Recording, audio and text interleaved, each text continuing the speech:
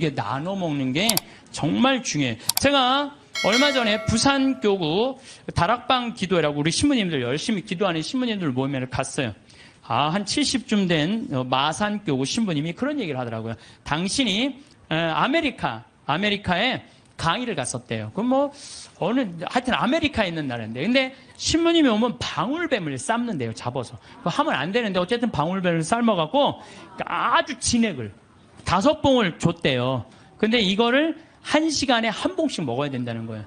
그런데 비행기 떠나기 전에 이제 미국으로 가야 돼서 그걸 또 미국으로 갖고 갈 수가 없잖아. 5봉은 있는데 1시간에 하나씩 먹으라고 그러니 이거 어떻게 해? 한 번에 5개를 먹을 수도 없고. 그래서 이 신부님이 1봉을 먹고 따라간 봉사자들 4명 있길래 그걸 니네들 먹으라고 나눠줬대요.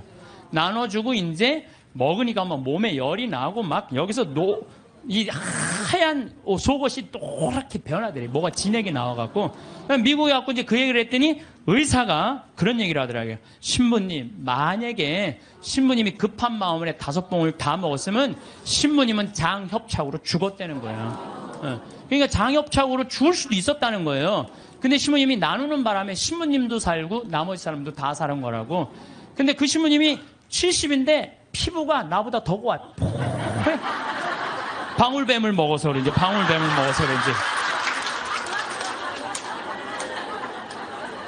그리고 나눠 먹은 분들도 5년 동안 감기 한 번 안 걸렸다는 거예요. 그러니까 나누니까 너도 살고 나도 사는 거예요. 혼자 먹으려고 그럴 때 나도 죽고 너도 죽는 거예요. 돈도 똑같아요. 나만 먹으려고 돈 감춰두잖아요. 그럼 나도 못 쓰고 너도 못 쓰면요, 국가적으로도 손해요. 세금 내야 돼요. 이 나라에서 살면 세금 내야죠. 왜 떼어먹어 세금을.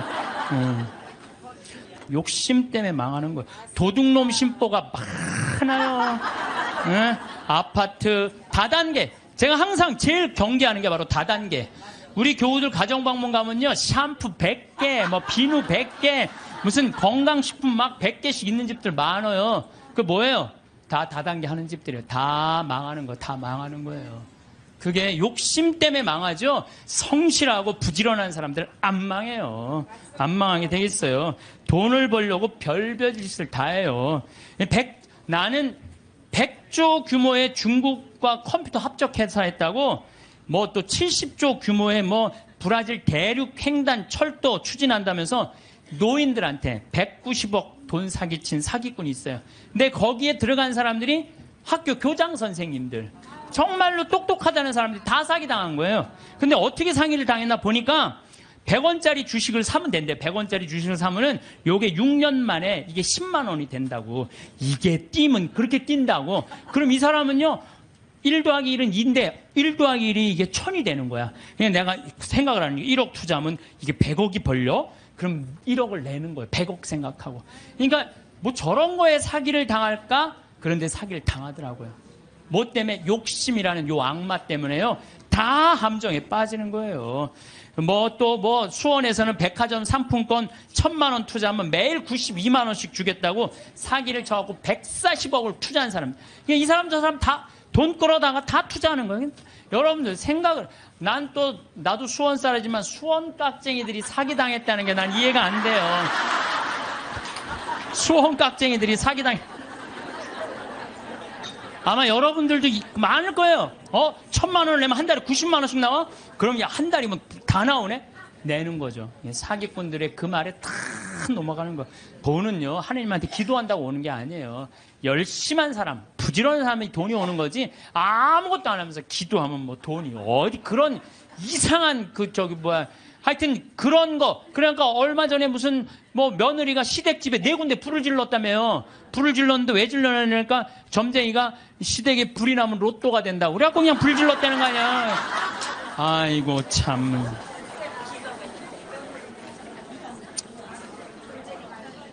무엇 때문에 죽어라 돈을 버는지는 몰라도 욕심을 내도 돈을 벌어서 가치 있게 쓰려고 벌려는 목적보다는 무조건 돈만 벌려고 그러는 사람들 많아요. 무조건 돈만 모으려고 그러는 사람들 많아요. 내가 이 돈을 모아서 어디다 써야 되겠다는 분명한 목적이 있는 사람은요, 지치지 않아요. 근데 그냥 돈만 들이다 벌려고 그러는 사람은요, 방향을 못 찾는 거죠. 저도 생태마을 운영하면서 경제적인 이익이 생기기 시작했어요. 한 10년은 계속 쏟아붓어요. 내 강사료, 내 책, CD 그냥 그야말로 정말 한 뭐 10억 이상 다 내 강사료는 다 쏟아넣었어요. 근데 요즘 이제 경제적인 이익이 생겼어요. 이제 안정이 돼갖고. 근데 내가 이제 돈이 생기니까 나도 이상해질 거 아니에요. 돈이 생기면 이상해지잖아요. 근데 저는 목적이 생겼어요. 목적은 뭐냐면은 아프리카에 잠비아의 자카란다 농장 꾸며주는 게 내 목적이에요. 우리 이제 뭐 평창에는 지금 마침 명동에 왔는데 여기 5층에 우리 프란시스코 전교 수녀님들, 아프리카 봉사 가는 수녀님들 사무실에 올라갔어요. 내가 포크레인을 어떻게 할까? 근데 포크레인 A10이라고 이렇게 무한궤도 있는 큰 바가지, 제대만한 바가지 있는 그걸로 살라고 봤더니 2억이 든다는 거예요, 2억이. 근데 내가 2억 모아갖고 포크레인도 사고 트랙터도 사고 다 살라고 그랬는데 포크레인 사면 끝날 것 같아. 그래서 내가 포크레인 아는 사장한테 전화해갖고 나 이거 포크레인 중고 살라고 그러는데 어떻게 생각하느냐? 그랬더니 포크레인 사장이 그러더라고. 신부님 뭐하러 사냐고. 그거보다는 우리나라 거 포크레인을 택배로 보내면 된대요. 자기 포크레인을 택배로 보내서 자기가 내년에 한 달 동안 가서 싹 정리해주고 온대요. 그래서 방금 만나고 내려왔어. 명동에 왔더라고. 그 사장하고. 그런데 수녀님이 제일 큰 거라도 한 2천만 원이면 보낸다는 거예요. 그러니까 벌써 얼마를 절약한 거야? 한 1억 8천만 원 절약했잖아요. 이게 제가 그래서 항상 저는 이런 생각해. 계획은 인간이 완성은 하느님이. 예, 계획은 인간이 완성은 하느님. 제가 간장, 고추장, 청국장, 가루, 김치, 복분자, 오디 이거 파는 목적이 있어야 될 거 아니에요. 그동안은 건강한 먹을거리를 국민들한테 제공해 주겠다. 그래서 생태마을 들어갔는데 제공해 주다 보니까 뭐가 생겨? 이익이 생겨. 그럼 그 이익을 어떻게 한다? 써야 돼요. 그래서 지금 자카란다에 고아원, 병원, 농장 꾸미는데 쓰려고 길을 써요. 그러면은요, 여러분들 딴 생각이 하나도 안 들어요. 딴 생각이. 돈을 가지고 어디다 쓸 줄 모르는 사람이 딴 생각하고 있는 거예요. 내가 이걸 어디다 주식에다 투자를 할까? 뭐를 할까? 땅을 살까? 이런 생각을 하는 거지. 그래서요, 돈은 쌓아두면 썩는 거예요. 써야 돼요. 1 더하기 1은 2인데 1 더하기 1은 100이 되기를 바라는 게 대한민국 사람들 심보예요. 돈이요, 내가 1,000만 원 더하기 1,000만 원은 2,000만 원이 돼야 되잖아요. 1,000만 원 더하기 1,000만 원은 1억이 되길 바라는 사람들 여기도 많아요. 제가 은혜 신학교 다닐 때 하루에 보통 성호를 한 70번 정도 긋는다고 말씀드렸죠. 제가 그 강의 끝나고 저도 반성했어요. 나도 먹을 때는 성호 긋는데 안 먹고는, 먹고 끝나고 난 다음에 안 글 때도 많았어, 나도. 근데 요즘 제가 생활이 변했어요. 어떻게 변했느냐면은 하여튼 먹을 때마다 성호를 긋는 거예요. 복분자, 요즘 복분자 나오잖아요. 우린 복분자 또 이것도 갈아서 먹거든요. 복분자 먹을 때도 성호 긋고, 오디 먹을 때도 성호 긋고, 하여튼 그런데요, 제가 요즘 뭐를 느꼈느냐면 성호를 하루 종일 그니까 뭐가 있느냐면 내 삶이 조금씩 거룩해지는 걸 느껴요. 그래서 여러분들도 아무 때나 그세요. 아무 때나. 예? 그러니까 일어나서부터 계속 긋는 거야. 드립다 그냥. 드립다 그니까 내가 조금 생활이요, 조금 거룩해지더라고요. 그래서 정말 성호를 긋는 거는 우리한테 참 중요한 것 같아요. 자, 자식들을 교육할 때 돈이 세상에서 최고라고 가르치지 말고 정직하게 돈 벌어서 그 돈으로 어려운 이웃을 돌보라는 이런 가르침을 가르치는 것이 여러분들 훌륭하게 자식들을 가르치는 거예요. 지금 전 세계 기준으로 볼 때 극심한 가난에 시달리는 사람을, 하루에 1달러 이하로 사는 사람을 극심한 가난에 시달리는 사람이라고 그럽니다. 그 다음에 하루 2달러로 사는 사람들은 보통 가난한 사람들이라 그래. 하루에 2,000원 가지고 사는 사람들을 3달러 이상 가지고 사는 사람들은 가난한 사람이라고 하지 않는데요. 그럼 3달러 이상이면 3,000원 이상이면은 가난하지 않은 거예요. 그러니까 한 달에 90달러. 그러니까 우리나라 돈으로 10만 원 정도만 한 달을 가지고 있으면 가난하지 않다는 거예요. 근데 여러분들 우리나라는 지금 어떻게 살죠? 우리나라 최저 생계비가 57만 원이에요. 그러니까 국가에서 저 사람은 도저히 돈 벌 수 있는 재능이 없는 사람이다. 능력이 없는 사람이다. 에게 주는 돈이 57만 원이래요. 그럼 57만 원이면요. 아프리카의 어떤 부자보다도 잘 사는 사람이에요. 어떤 부자보다도. 그럼 아마 여기 지금 뭐 자식들이나 가족이 돈을 벌면은 보통 한 2, 300만 원은 벌 거예요. 두 사람이 벌면은 한 4, 500만 원은 벌 거예요. 3, 400만 원 버는 사람들도 있을 거고. 물론 뭐 아르바이트 못하는 저는요. 제가 평창에 있으면서요. 진짜 안타까운 건 뭐냐면요. 멀쩡한 애들을 우리가 구하는데 없어요. 정말로. 아니 뭐 서울에는 실업자가 100만 명이니 200만 명이라는데 우리 평창은 정말로 젊은이가 없어요. 그래서 젊은이가 하나만 이력서만 넣으면요. 웬만하면 다 뽑아요. 웬만하면. 근데 그냥 이력서 넣는 사람이 50, 60살, 우리 집은 50, 60은 일을 못해요. 이게 일이 너무 힘들기 때문에. 근데 그냥 오겠다는 사람은 5, 60 이상 아니면 뼈가 안 좋고 허리가 안 좋고 이런 사람 멀쩡한 젊은이들은 일을 안 하고. 참 그게 너무너무 안타까워요. 대한민국 사람들이요. 불행한 이유는 바로 돈 욕심 때문에 불행해요. 기도하는 거 보면은 자신의 욕심 충족하기 위해서 물질 축복 비는 사람들 많아요. 특별히 예수님한테 주님 집안채만 나 좀 어떻게 좀 생기게 해주십시오. 이렇게 기도하는 분들이 있는데요. 그 사람들 정말 답답해요. 예수님은요. 이 세상에 오셔서 집안채 없이 사셨어요. 아니 집안채 없이 사신 분한테 집안채 달라고 그러면은 아니 그 예수님 죽였어요.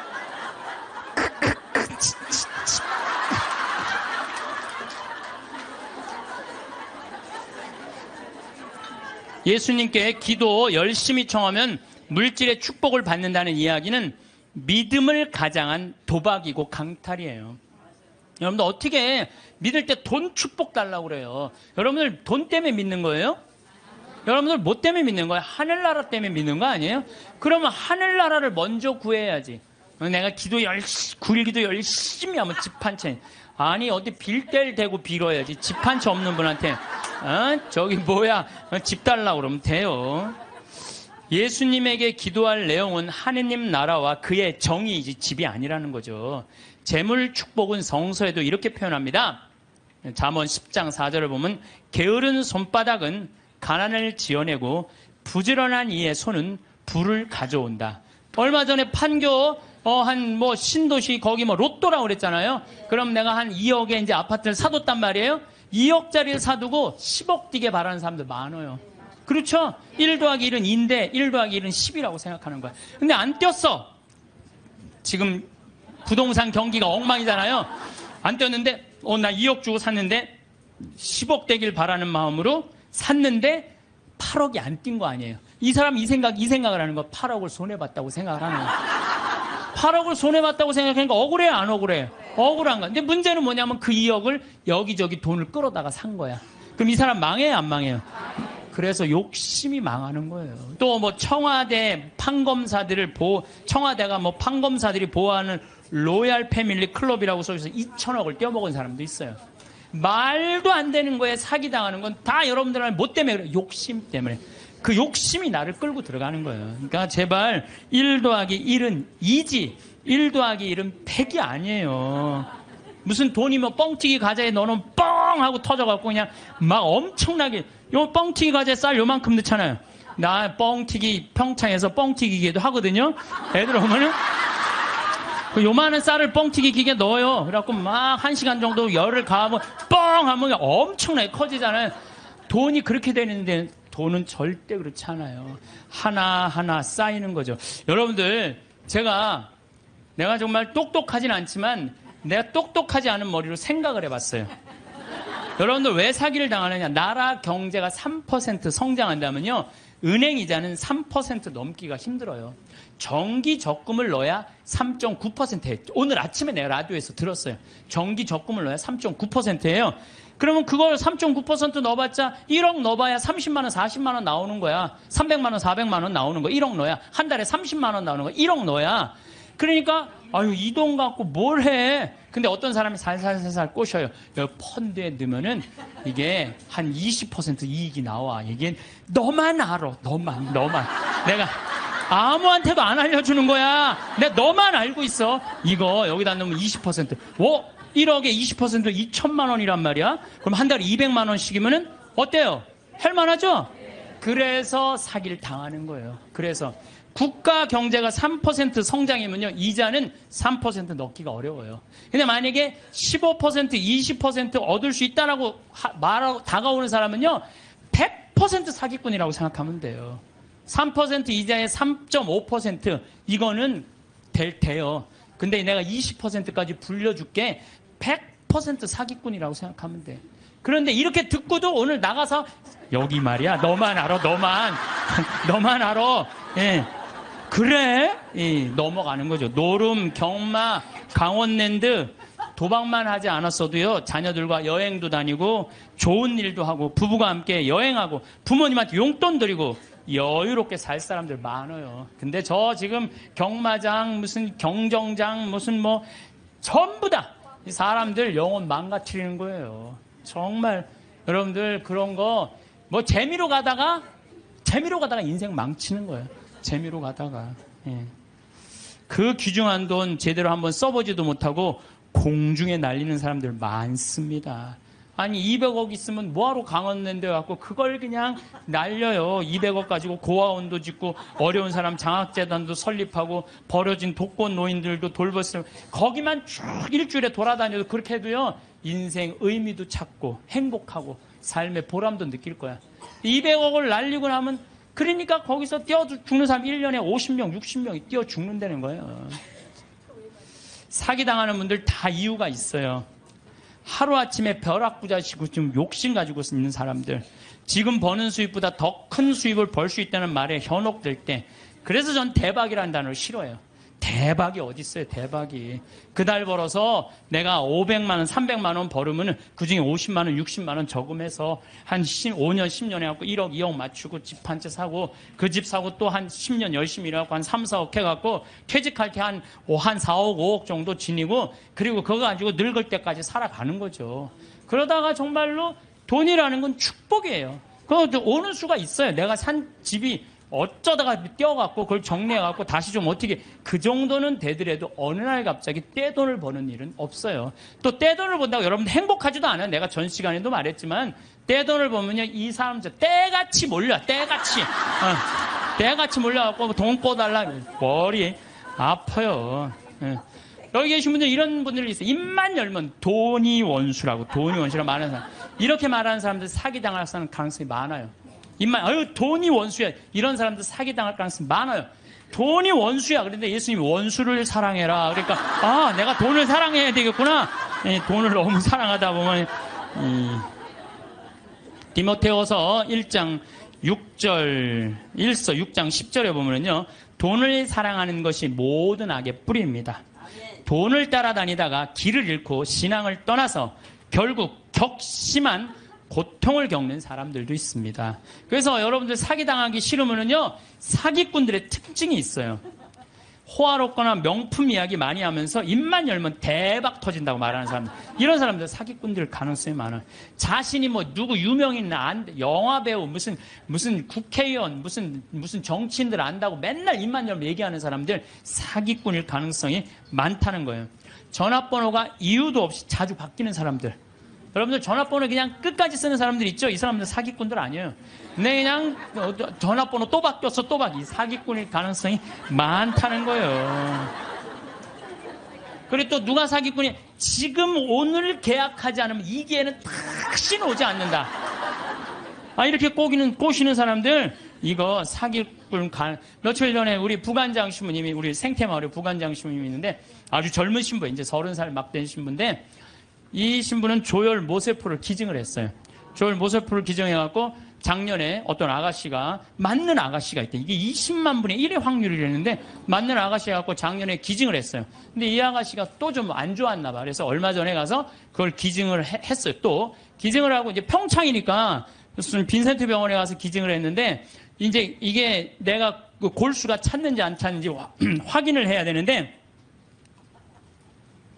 평창에서 수원까지 나가기 좀 그렇잖아요. 그래서 근처 의료원에서 할 수 있대. 그래서 평창 의료원에 가갖고 화보니까 골수가 다 찼다고. 근데 차 갖고 이제 나오는데 딱 트럭에서 한 사람이 딱 나오더니 저기 뭐야 저 손님 내가 홍삼을 이게 배달을 왔는데 이게 한 2박스가 남아갖고 이걸 싣고 가도 어차피 이거 버릴 거니까 이거 손님 좀 사라고 그러더래요. 그래서 황 신부가 나한테 신부님 사기꾼이야 사기꾼. 꼭 이상하게 뭐 이거 오늘 그래 참 이거 아니 나같이 저는 안 순진해요. 예. 우리 부관장 같이 순진한 사람은 당해요. 그러니까 여러분들 정말 지혜로워야 돼. 예? 정말 뱀 같은 지혜가 있어야 돼요. 사기 안 당하려면은. 그래서 오늘 와서 강의 무슨 성가정 영성피정에 내가 사기 안 당하는 법도 가르쳐주고.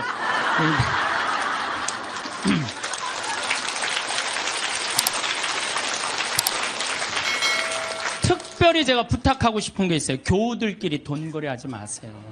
정말 안 좋은 거예요. 돈거래하다간 친구를 잃어버립니다. 돈 꿔주지도 말고 꾸지도 마세요. 없으면 없는 대로 그냥 사세요. 없으면 없는 대로 살지. 뭐 돈을 꾸는 거는요 내 욕심을 더 채우기 위한 몸부림이에요. 몸부림이에요. 그래서 집회서에서 이런 말이 나와요. 이거 여러분들 꼭 기억하세요. 돈을 꿀 때까지는 이웃의 손에 입을 맞추고 그의 재산을 두고 공손한 어조로 말한다. 그러나 갚을 때가 되면 시간을 미루고 빈 말로만 갚겠다면 시간만 탓할 뿐이다. 이 여러분들 경험 다 했죠? 그러니까 꿔주지도 말고 꾸지도 마세요. 그런데 꿔줘야 되는 건 있어요. 누구 병원비가 없다. 내가 친척 중에 학비가 없다. 이거는 꿔준다기보다도 그냥 줘요. 네, 꿔준다기보다도 주세요. 병원비나 학비 난 내가 강의할 때 핸드폰 울려도 한 번도 신경질을 부린 적이 없어 나는. 병원비나 학비 같은 경우는 저는 그렇게 생각해요. 그냥 가난한 사람도 도와주는데 내 형제 친척 중에 아프고 학비가 없다는데 그거는 차라리 꿔준다는 말보다 그냥 주세요. 그거 외에는 꿔주지도 말고 꾸지도 마세요. 돈이라는 거는요. 돈이 거짓말하는데 한다고 말하잖아요. 돈은 거짓말 안 해요. 욕심 부리지 않고 성실하게 일하면 돈은 언제든지 벌어집니다. 한순간에 떼돈 벌고 싶은 도둑놈 심보를 가진 사람들이 돈 때문에 자기도 고통스럽고 남도 고통스럽게 하는 거. 그래서 보면 어떤 집에 보면요. 이 도박하는 사람들 보면요. 형제, 친척 모든 돈 다 끌고 들어가는 사람들이 있어요. 중리사니 그러면서 거짓말하면서. 이런 사람들은요. 진짜 정말로 이 사회에서 분리시켜갖고 어디 모아놔야 돼요. 그래서 노동. 우리 생태마을에 그런 사람들 그냥 싹 모아갖고 돈도 안 주고 그냥 일 시키면은 그게 돈 버는 건데. 여러분들 이제는 돈 버는 시대는 끝났어요. 이게 무슨 얘기냐면은 30년 전에는 돈이 없어서 굶었고 돈이 없어서 학교 다니지 못했지만 지금은 그런 시대는 아니에요. 이제는 돈 버는 법을 배우는 시대가 아니라 돈 쓰는 법을 배워야 돼. 어떻게 쓰면 잘 쓰느냐. 돈이 쌓이면 죄가 되게 돼 있어요. 제가 신학교 때 1학년 때 신학교 딱 들어가니까 우리 선배님들이 맨날 뭐 배고파서 굶었다 뭐 너무너무 힘들었다. 그런데 신학교 딱 들어가니까 밥 딱 3끼 주는 거예요. 그거 외에는 간식이 없는 거예요. 간식이. 그게 20살 때 얼마나 이 혈기가 넘쳐요.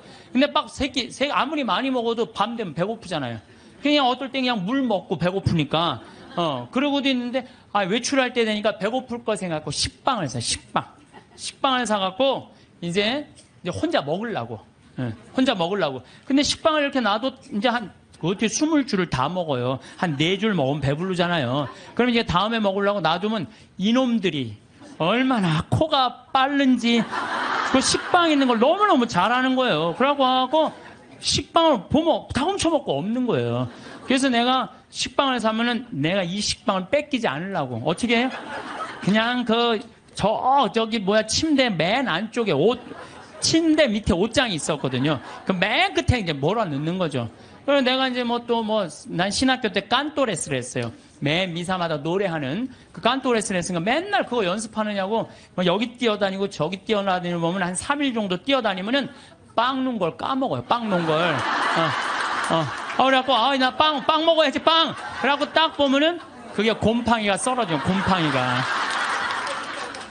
그래, 몇 번을 곰팡이 쓰는 거를 보고, 내가, 세미나를 그때 이제 갔는데, 굉장히 큰 세미나였어요. 근데 거기에 이제 불교, 개신교, 천주교, 유교 다 모여서 그런 얘기를 하는 거예요. 종교의 모든 거는 나눈다. 보면은 불교는 절하고 난 다음에 음복한다 그러잖아요. 다 나눠 먹잖아요. 그렇죠?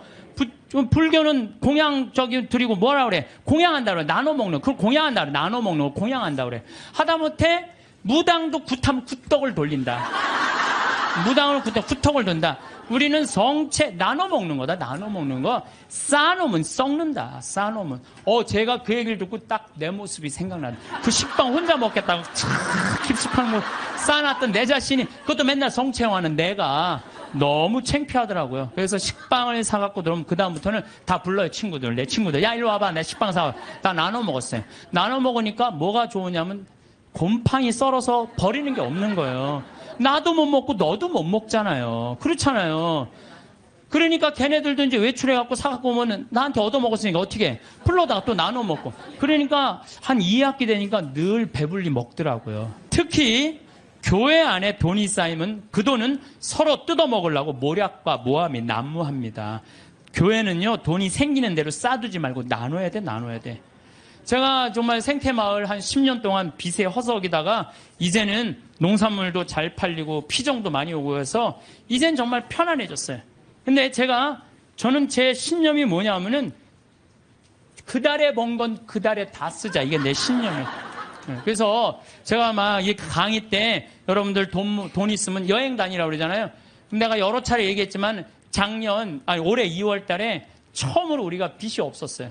그래갖고 우리 직원들이 10년, 나하고 일하는 직원들 10년, 15년 동안 정말 힘들게 일해왔거든요. 그래서 내가 직원들한테 그랬어요. 야, 우리 이제 오래간만에 수익이 났으니 이거 가지고 성주순례 가자. 그래갖고 아시시, 그 다음에 무슨 베드로, 그 다음 반내, 전부 다.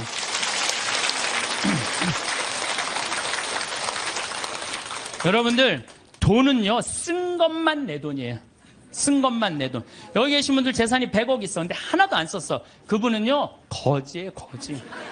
하나도 안 썼으면. 근데 재산이 100억 있어. 근데 그 100억을 가지고 여행도 다니고 맛있는 것도 먹으러 다니고 또 가난한 사람도 도와주고 어려운 아프리카, 우리 잠비아도 1000만 원 기증하고. 이 쓴 것만 내 돈이에요, 쓴 것만. 내가 본당 신부할 때도 정말로 부자들 많았어요. 근데 그 부자들 한 푼도 안 써. 그러면은 어떻게 이렇게 없어 보이는지. 없어 보여요. 한 푼도 안 쓰는 부자는요, 없어 보여요. 근데 정말로 부자면서도 때 따라 철 따라 시모님 이거 필요하실 때 쓰세요. 이거 어려운데 도와주세요. 시모님 이번에 사업. 그 사람들은요, 정말 있어 보이더라고요. 있어 보여요. 돈은 우리 인생을 행복하게 해주는 도구지 목적이 아니에요. 우리나라에 1971년 3월 11일 날 76세로 세상을 떠난 유일양행의 설립자인 유일한 박사님은요, 모든 재산을 공익단체 다 기부했어요. 그리고 주식조차도 직원들한테 다 나눠줬어요. 정말로 멋있는 분이죠. 정말로 기업가의 모습을 보여준 거예요. 또 그 딸도 미국에 가서 전 재산 떠나면서 세상에 다 기부하고 세상 떠났어. 딸도. 아버지가 그러니까 딸도 그러는 거예요. 아버지가 그러니까. 카네기도 전 재산 기부했고 2,500곳에 도서관을 져줬어요. 카네기. 그리고 워렌 버핏, 빌 게이츠, 걔네들 둘이 낸 게 1,000억 달러. 둘이 낸 게. 다 내는 거죠, 다. 왜? 그 사람들은 누구를 상대해서 돈 벌었다고 생각해? 자기네들 국민을. 그러니까 미국 갑부들은 보면요, 다 미국에 가보면요, 그 부자들이 다 기증하고 갖고 몇백억, 몇천억씩. 그걸로 사회가 건강하게 돌아가는 거예요. 우리나라에도 좀 그렇게 살짝 미치는 부자가 좀 나왔으면 좋겠어요. 네. 마태복음 19장 16절, 26절에 보면은요, 하느님의 계명을 충실히 지킨 부자 청년에게 예수님이 이렇게 말씀하세요. 내가 완전한 사람이 되려거든 가서 너의 재산을 팔아 가난한 이들에게 주어라. 그러면 내가 하늘에서 보물을 차지하게 될 것이다. 그리고 와서 나를 따라라. 그러나 그 젊은이는 슬퍼하면서 떠났어요. 왜? 재물이 많았기 때문이에요. 여러분들 그 부자 청년은요, 계명도 굉장히 중요하게 여긴 청년이에요. 근데 재물이 많았는데 이 청년은 재물하고 자기를 똑같다고 생각해요. 재물하고 자기를. 이 사람은 재물을 파는 건 뭐를 파는 거야? 자기를 파는 거야. 이게 참 문제예요. 여러분들 재물이 없으면 여러분들도 사라진다고 생각하는 분들 여기 혹시 계시면은 그럼 불행한 사람이에요. 재물이 없어도 상관없어요. 아니 지금 이 세상에 재물 없이 사는 사람들 얼마나 많아요. 그 행복한 사람들 얼마나 많아요. 우리 수녀님들, 우리 신부들은 그래도 좀 나아요. 우리 수녀님들 재물이 있어요, 없어요? 그 수녀님들은 어디 버스 타고 가는데도 돈 받아갖고 해요. 그래도 행복한 수녀님들 많아요. 돈이 우리 존재가 돈하고 똑같아서는 안 돼요. 돈이 많으면 존재가 충만하고 돈이 없으면 존재가 없는 거. 이 병을 우리가 고쳐야 돼. 그래서 그 젊은이는 재물과 존재를 같이 여겼기 때문에 재물을 팔 수 없었던 거죠. 5,000명을 먹인 기적 이야기 가운데 누가 가장 행복했을까요? 5,000명을 먹인 예수님이 행복했을까요? 물고기 2마리 빵 5개 기증한 소년이 행복했을까요? 아니에요. 제일 행복한 사람은요, 그 5,000명한테 나눠준 제자들이에요. 신나지 않았겠어요? 여러분들 한번 생각해봐. 내가 여러분들한테 돈을 한 10억 정도 들어갖고 한 1,000만 원씩 줬어, 여러분들한테. 그래갖고 여러분들 좀 어려운 데 가서 도와주세요. 그래갖고 내가 한 1,000만 원짜리 10개를 가지고 여러분들이 10명이 쫙 나가서 도와줄 때 여러분들 신날 것 같아, 안 신날 것 같아? 내 돈도 아닌데. 내 돈도 아닌데 나눠주는 게, 가난한 이웃한테 나눠주는 게 얼마나 좋아요. 나는 여기서 제일 행복한 사람들은 제자들이라고 생각해요. 여러분들이 하느님이 여러분들한테 지금 재물을 맡겼어요. 어떤 분은 10억을 맡긴 분도 있고, 어떤 사람은 1억을 맡긴 분도 있고, 어떤 사람은 100억을 맡긴 분이 있어. 왜 맡겼어요? 나눠주라고 맡긴 거예요. 나눠주라고. 나눠주라고 맡겼으면 나눠야 될 거 아니야. 근데 안 나눠. 끝까지 쥐고 있다. 그냥 죽어. 그럼 그냥 자식이 네가 나누냐 내가 나누냐 싸워서 원수돼서 안 만나고. 그러지 말자는 거예요. 우리 대한민국 사회가 이제 건강하려면 어떻게 해야 돼? 나눠야 돼요. 쌓아두면 썩게 돼 있어요. 쌓아두면. 어느 사회든. 자꾸 나누면은 샘솟게 돼 있어요. 나누는, 신부님, 그거는 제가 조금 못 받아들이겠는데, 나누면 하나도 없죠? 근데요, 하느님한테 11조 봉헌한 분들이 왜 잘 되는 줄 알아요? 11조 봉헌하려고 그러면요, 적은 돈 아니에요. 그럼 그 돈을 하기 위해서 다른 생활에 충실해져요. 다른 생활에 충실해지기 때문에 축복을 받는 거예요. 나누는 사람들은요, 생각이 건강하기 때문에요, 사기도 안 당하고 유혹도 안 당해요. 그렇기 때문에 그런 분들은 재물 관리도 잘 할 수 있는 거예요. 그래서 한 건강한 쪽으로. 자, 모세의 10계명, 아론의 황금 송아지 가운데 여러분도 어느 걸 택할 거예요? 모세의 10계명을 택할 거예요? 아론의 황금 송아지를 택할 거예요? 10계명? 자, 근데 강의를 들어보면 또 생각이 좀 달라질 거예요. 모세가 10계명을 받으러 시나이 산으로 올라갔어요. 올라갔는데 불안해. 이제 뭐 이집트에서 탈출해서 왔단 말이야. 근데 시나이에 가보면요, 아무것도 없어요. 좀 사막이야, 사막. 전부 돌산이고. 시나이 산도 완전히 돌산이야, 돌산. 근데 모세는 사라졌는데 먹을 건 아무것도 없고 불안하잖아요. 이게 어떻게 하지? 어떻게 하면 좋을까? 고민을 하고 있는데 사람들이, 아니, 모세는 안 보이고 우린 불안하다. 우리 그냥 모아갖고 우리 황금 송아지 만들자. 그래? 황금 송아지? 그래, 좋다. 황금 송아지 만들자. 근데 당시에 유대라는 땅, 시나이라는 땅은요, 척박하게 이를 데 없었어요.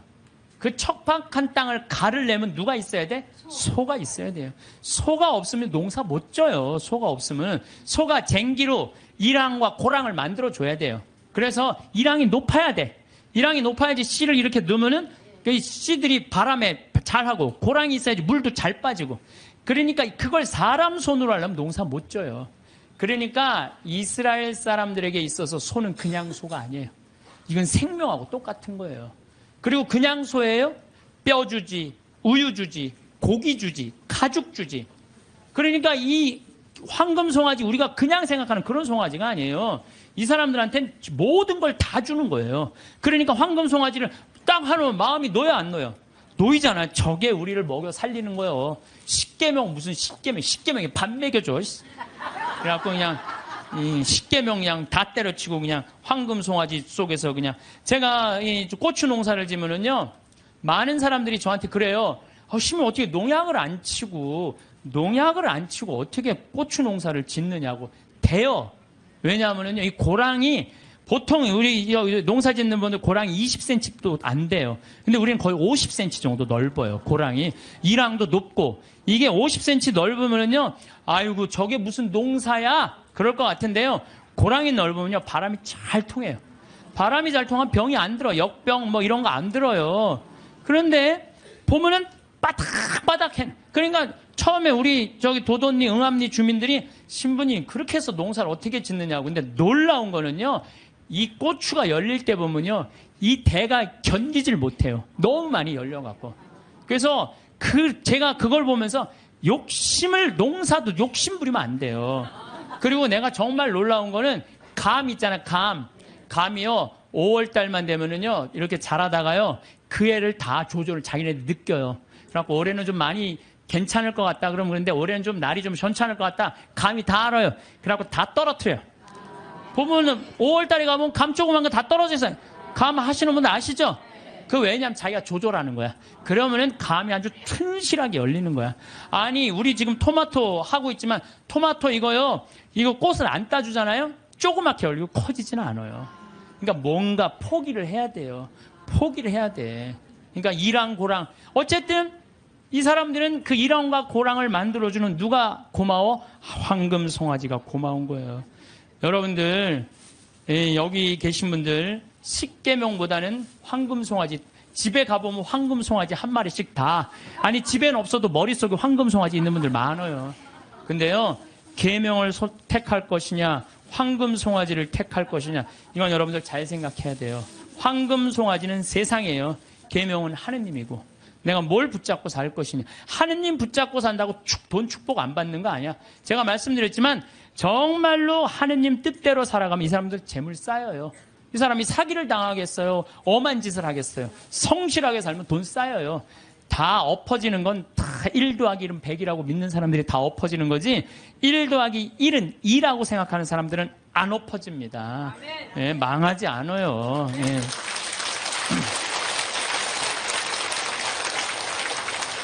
하느님 꽉 붙잡고 살아야 되는데 출세와 권력 꽉 붙잡고 사는 사람들 있어요. 저는 예수님이 왜 위대한지 정말로 이 사제로 살면 살수록 더 느껴요. 예수님은 이 세상에 오셔서 절대 권력을 추구하지 않으세요. 나는 섬김을 받으러 온 것이 아니라 섬기러 왔다. 이 말씀이야말로 우리 인간이라면 누구나 다 가슴 깊어야 새겨야 할 말씀이에요. 권력은 섬기기 위한 도구인데 권력을 쥔 사람들이 안 섬기려고 그래요. 막 권력을 휘둘르죠. 위장 전입하고 자식 대학 군대 안 가게 하고 또 대학도 마찬가지야. 무슨 국제중학교 이런 데 애 머리도 안 되는데 막 들이밀고 이게 다 돈과 권력으로 부리는 횡패. 지난번에도 말씀드렸지만 우리나라 대통령들 최고 권력 가진 사람들 어떻게 됐어요? 불행하게 죽거나 감옥에 가거나 가족이 감옥에 가거나 그래요. 그러잖아요. 권력이 뭐가 좋아요. 그래서 여러분들 가운데서도 정말로 권력처럼 무상한 게 없어요.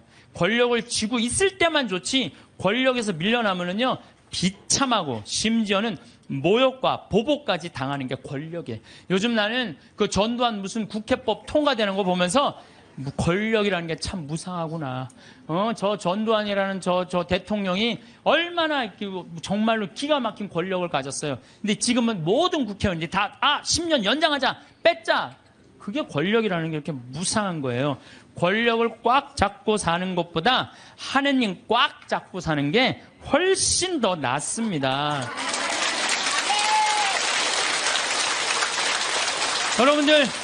여러분들 이 생각을 해봐요. 하느님 아버지처럼 대단한 권력 가진 사람이 어디 있어요? 그렇죠? 그 아버지 꽉 잡고 가슴에 하늘나라 여권 있으면 됐지. 뭘 더 욕심을 펴요. 밥 새끼 얻어먹으면 됐지. 예. 여러분들 고통스러운 거는 왜 내가 나한테 돈이 없을까? 내가 돈이 있으면 정말로 멋지게 살아볼 텐데 돈 없어도요 멋지게 살아요.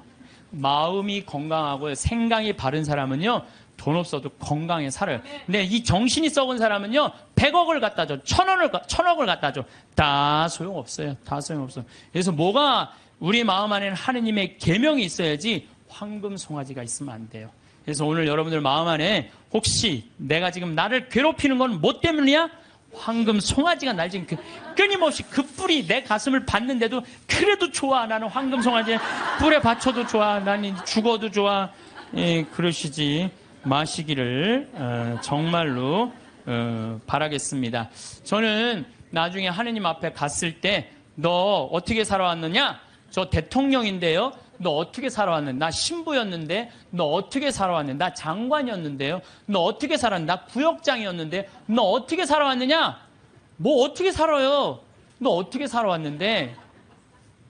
저는요, 하느님, 장관도 아니고 대통령도 아니고 신부도 아니었는데요, 가난하고 헐벗고 불쌍하고 감옥에 갇히고 병들고 목마른 사람들한테 물 한 잔 나눠주려고 노력을 하고 살았어요.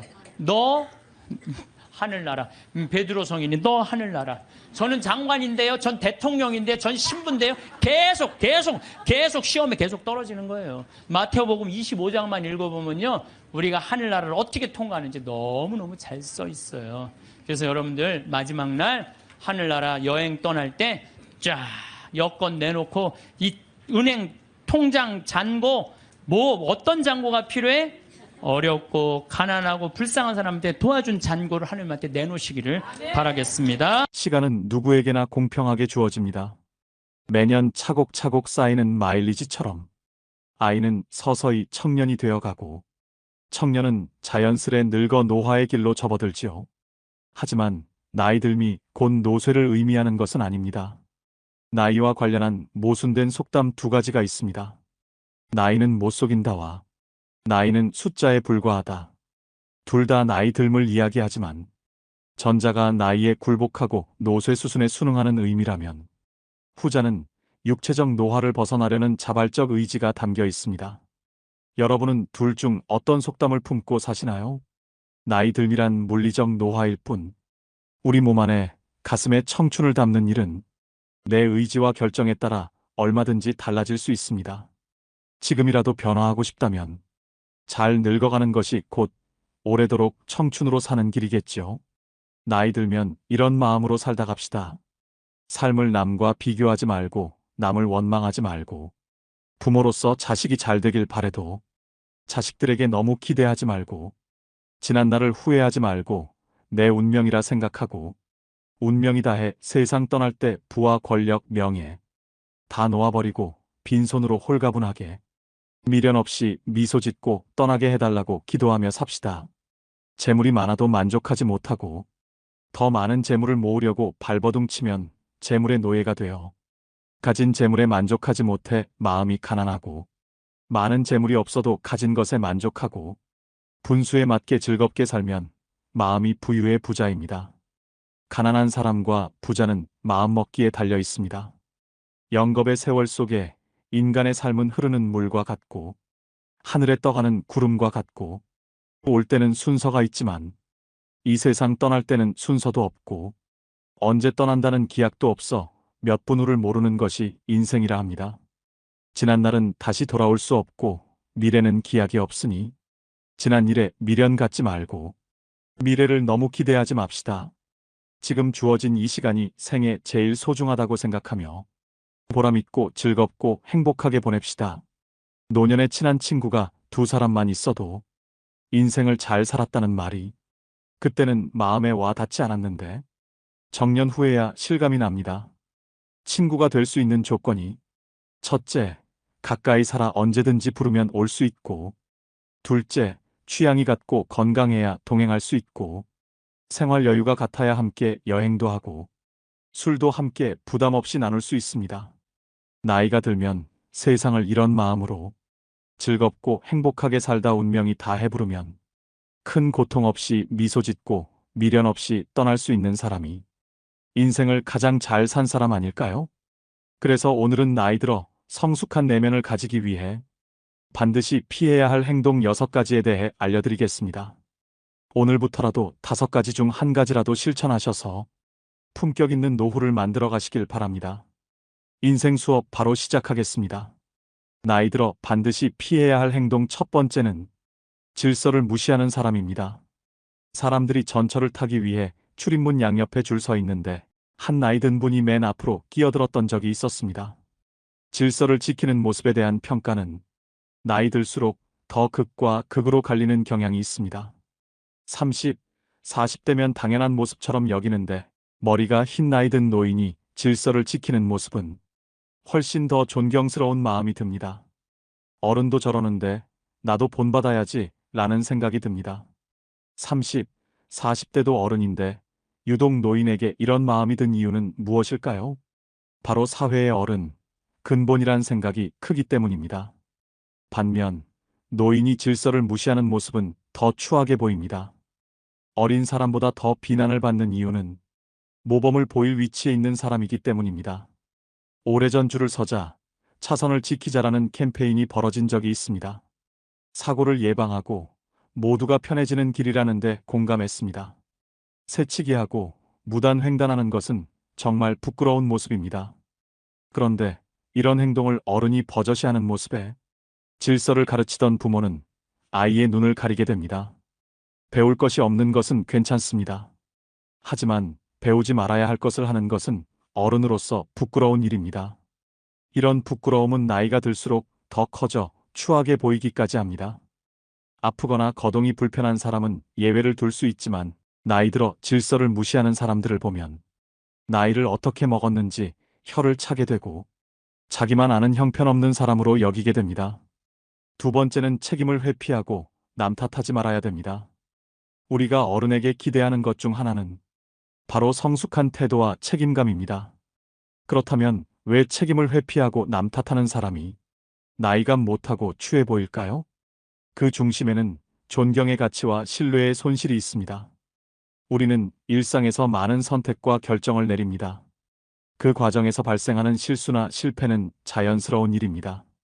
자신의 잘못을 인정하고 그로 인한 결과를 받아들이는 것이 성숙한 어른의 모습입니다. 반면 남 탓만 하는 사람은 그 순간 그의 성숙함은 사라지고 존경의 대상에서 멀어집니다. 사소한 일부터 큰 일까지 모든 갈등과 다툼은 남 탓에서 시작됩니다.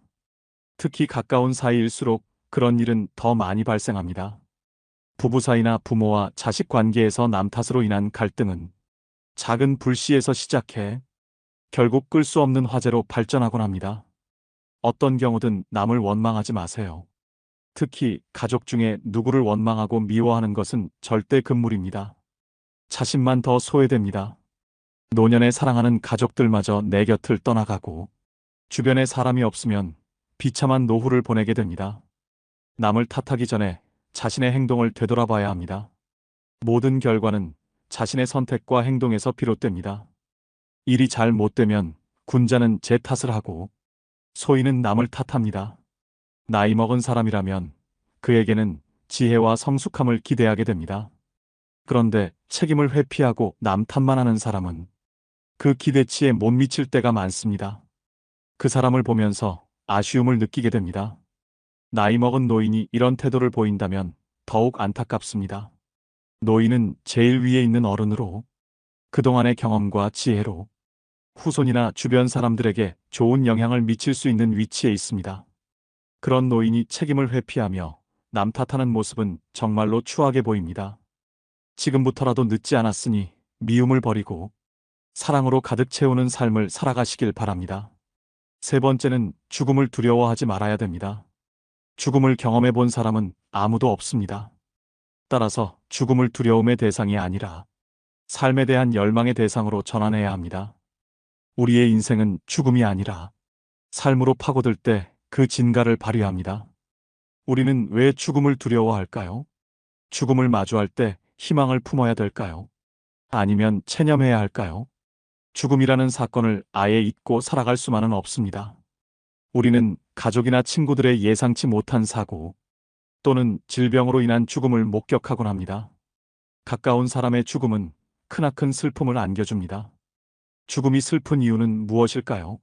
죽음이 아무런 예고도 없이 한순간에 찾아오기 때문일 것입니다. 사랑하는 사람을 잃을 때의 슬픔은 우리를 끔찍한 패닉 상태에 빠뜨립니다. 다시는 사랑하는 사람을 만나지 못할 거라는 절망에 휩싸입니다. 죽음은 서로 행복했던 추억들을 송두리째 빼앗아 버리고 영원히 함께하자고 맹세했던 약속을 산산이 깨뜨려 버립니다. 우리가 죽음을 두려워하는 까닭도 이번 삶에서 누렸던 모든 것을 빼앗아 가버리기 때문입니다. 죽음은 삶의 끝을 의미합니다. 죽음이란 이번 삶이 우리에게 선사했던 모든 것을 한순간에 박탈해 버립니다. 그렇다면 우리는 죽음에 대해 어떠한 태도를 가져야 할까요? 장자는 그의 아내가 죽자 두 다리를 뻗고 앉아서 질그릇을 두들기며 노래를 불렀습니다. 문상을 왔던 해자가 그 광경을 보고 아내가 죽었는데 곡을 하지 않고 노래를 하다니 이거 너무 심하지 않느냐고 질책을 했습니다. 장자는 왜 이러한 행동을 한 것일까요? 장자도 아내가 죽었을 때 처음에는 슬퍼서 목 놓아 통곡했다고 고백합니다. 하지만 곧 장자는 사계절이 되풀이해서 흘러가는 것과 마찬가지로 죽음은 소멸이 아니라 변화의 과정이라는 하늘의 운명을 깨달았습니다. 태어나기 전 인간에게 삶이란 없었습니다. 우연히 기가 형성되고 인간으로 태어나면서 삶이 시작된 것입니다. 죽음이란 이제 다시 변화의 과정을 통해 태어나기 전으로 돌아가는 것입니다. 우리에게는 가족의 죽음이든 자신의 죽음이든 운명으로 받아들이는 태도가 필요합니다. 인간이 죽는다면 그저 태어나기 전으로 돌아갈 뿐입니다. 죽음 이후를 막연히 두려워할 필요가 없습니다.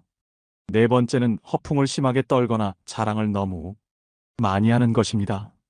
나이 들어서까지 입만 열면 잘난 척과 허풍을 떠는 사람이 있습니다. 제 주변 친구 중 한 명은 그렇게 자식 자랑을 합니다. 살면서 하지 말아야 할 자랑 3가지를 꼽자면 배우자 자랑, 자식 자랑, 돈 자랑이라고 합니다. 이 가운데서도 특히 아무리 친한 친구 사이라도 하지 말아야 할 자랑이 있는데 그것이 바로 자식 자랑입니다. 사람들 가운데는 자식들 일로 인해 자랑을 할 것이 많은 사람도 있지만 그렇지 않은 사람도 있지요. 특히 자식 때문에 속을 썩이고 있거나 고민이 많은 사람이 있습니다.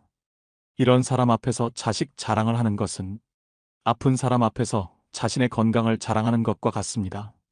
그 말을 듣는 사람의 입장에서는 겉으로 드러내지는 않아도 그 자체로 스트레스이고 고통이 됩니다. 나이가 들수록 축하보다도 자랑을 많이 하는 친구들이 있는데 이런 습관은 오랜 친구마저도 멀어지게 합니다.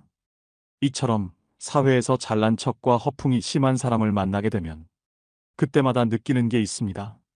자랑하는 사람일수록 자세히 들여다보면 내세울 것이 별로 없다는 사실입니다. 자신은 스스로 자기 자랑을 열심히 하고 있지만 그래서 들여다보면 빛 좋은 개살구이거나 그 주변에는 별로 성과라고 할 만한 것이 없는 사람이 대부분이었습니다. 왜 그럴까요? 자랑을 수시로 하는 사람은 겉으로 자신이 대단한 사람이라는 것을 적극적으로 알리지 않으면 부족한 사람이라는 것이 저절로 드러나기 때문이다. 자신에게 부족한 점이 많다는 것을 감추기 위해 끊임없이 주변 사람에게 자기를 드러내는 것입니다. 주변 사람에게 어떻게든 인정을 받아야 부족한 것을 감출 수 있을 것 같은 의식의 생각입니다. 그런 사람들의 의식에는 역설적으로 별로 이룬 것이 없는 사실에 대한 불안과 걱정이 깔려 있습니다. 반면 무엇인가를 이룬 사람은 그것을 굳이 자랑하려 하지 않습니다. 아니, 자랑할 필요가 없습니다. 자랑하지 않아도 그들이 갖춘 것은 저절로 드러나기 때문입니다. 경제적으로나 정신적으로나 부유하든 그렇지 않든 과시를 주 목적으로 하는 사람일수록 자랑하는 것만큼 실제로는 보잘것없을 가능성이 큽니다. 실제로 내가 갖고 있는 것과 이룬 것과 별개로 과시를 목적으로 하는 사람일수록 스스로 자신이 부족한 사람이라는 사실을 계속 강조하는 것이겠지요.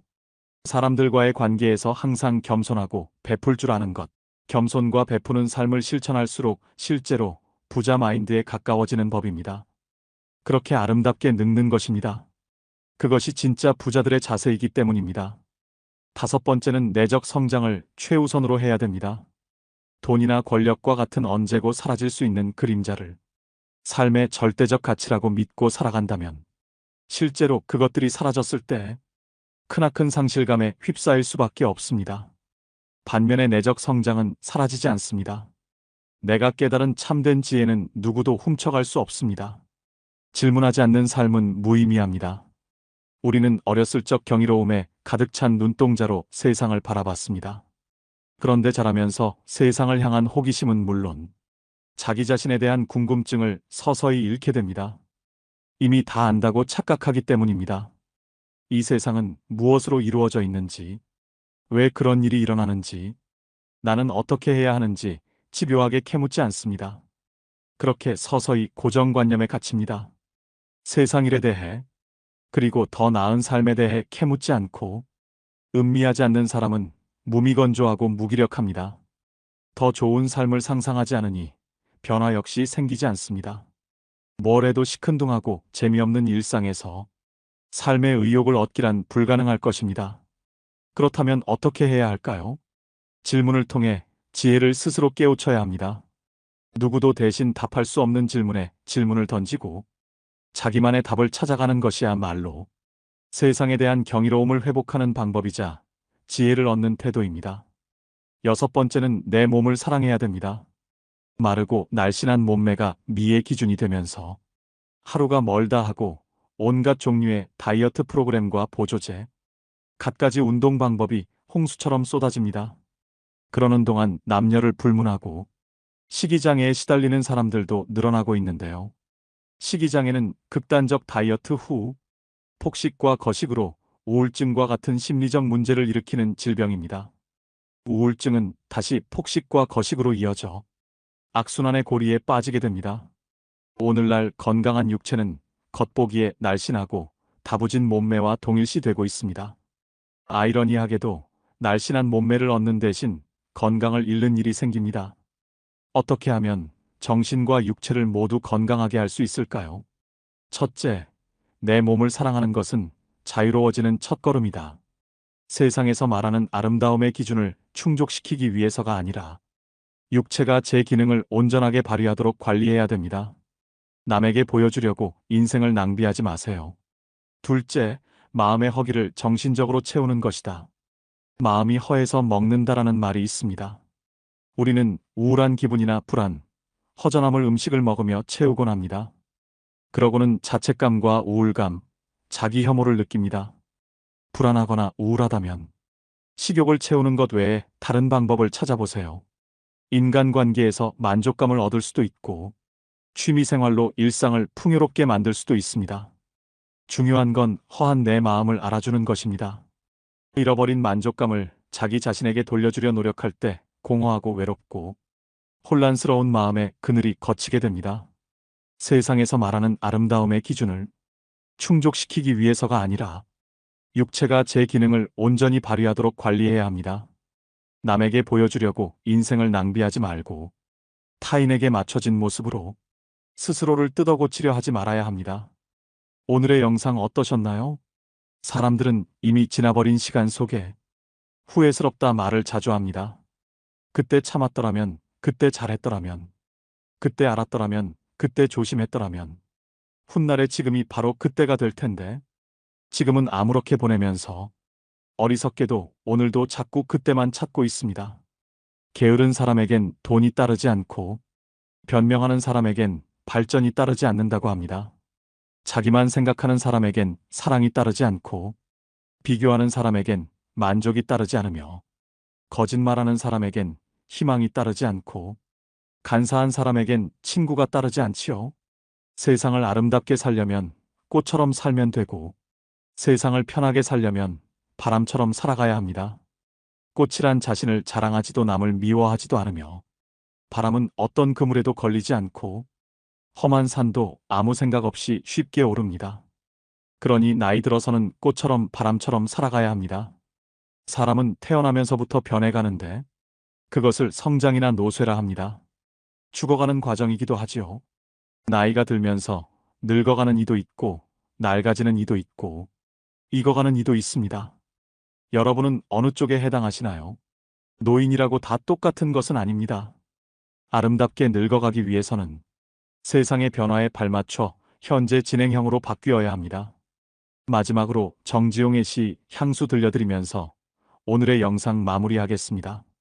넓은 벌 동쪽 끝으로 예시약이 지줄대는 실개천이 휘돌아 나가고 얼룩배기 황소가 해설피 금빛 게으른 울음을 우는 곳, 그곳이 차마 꾸맨들 이칠리야.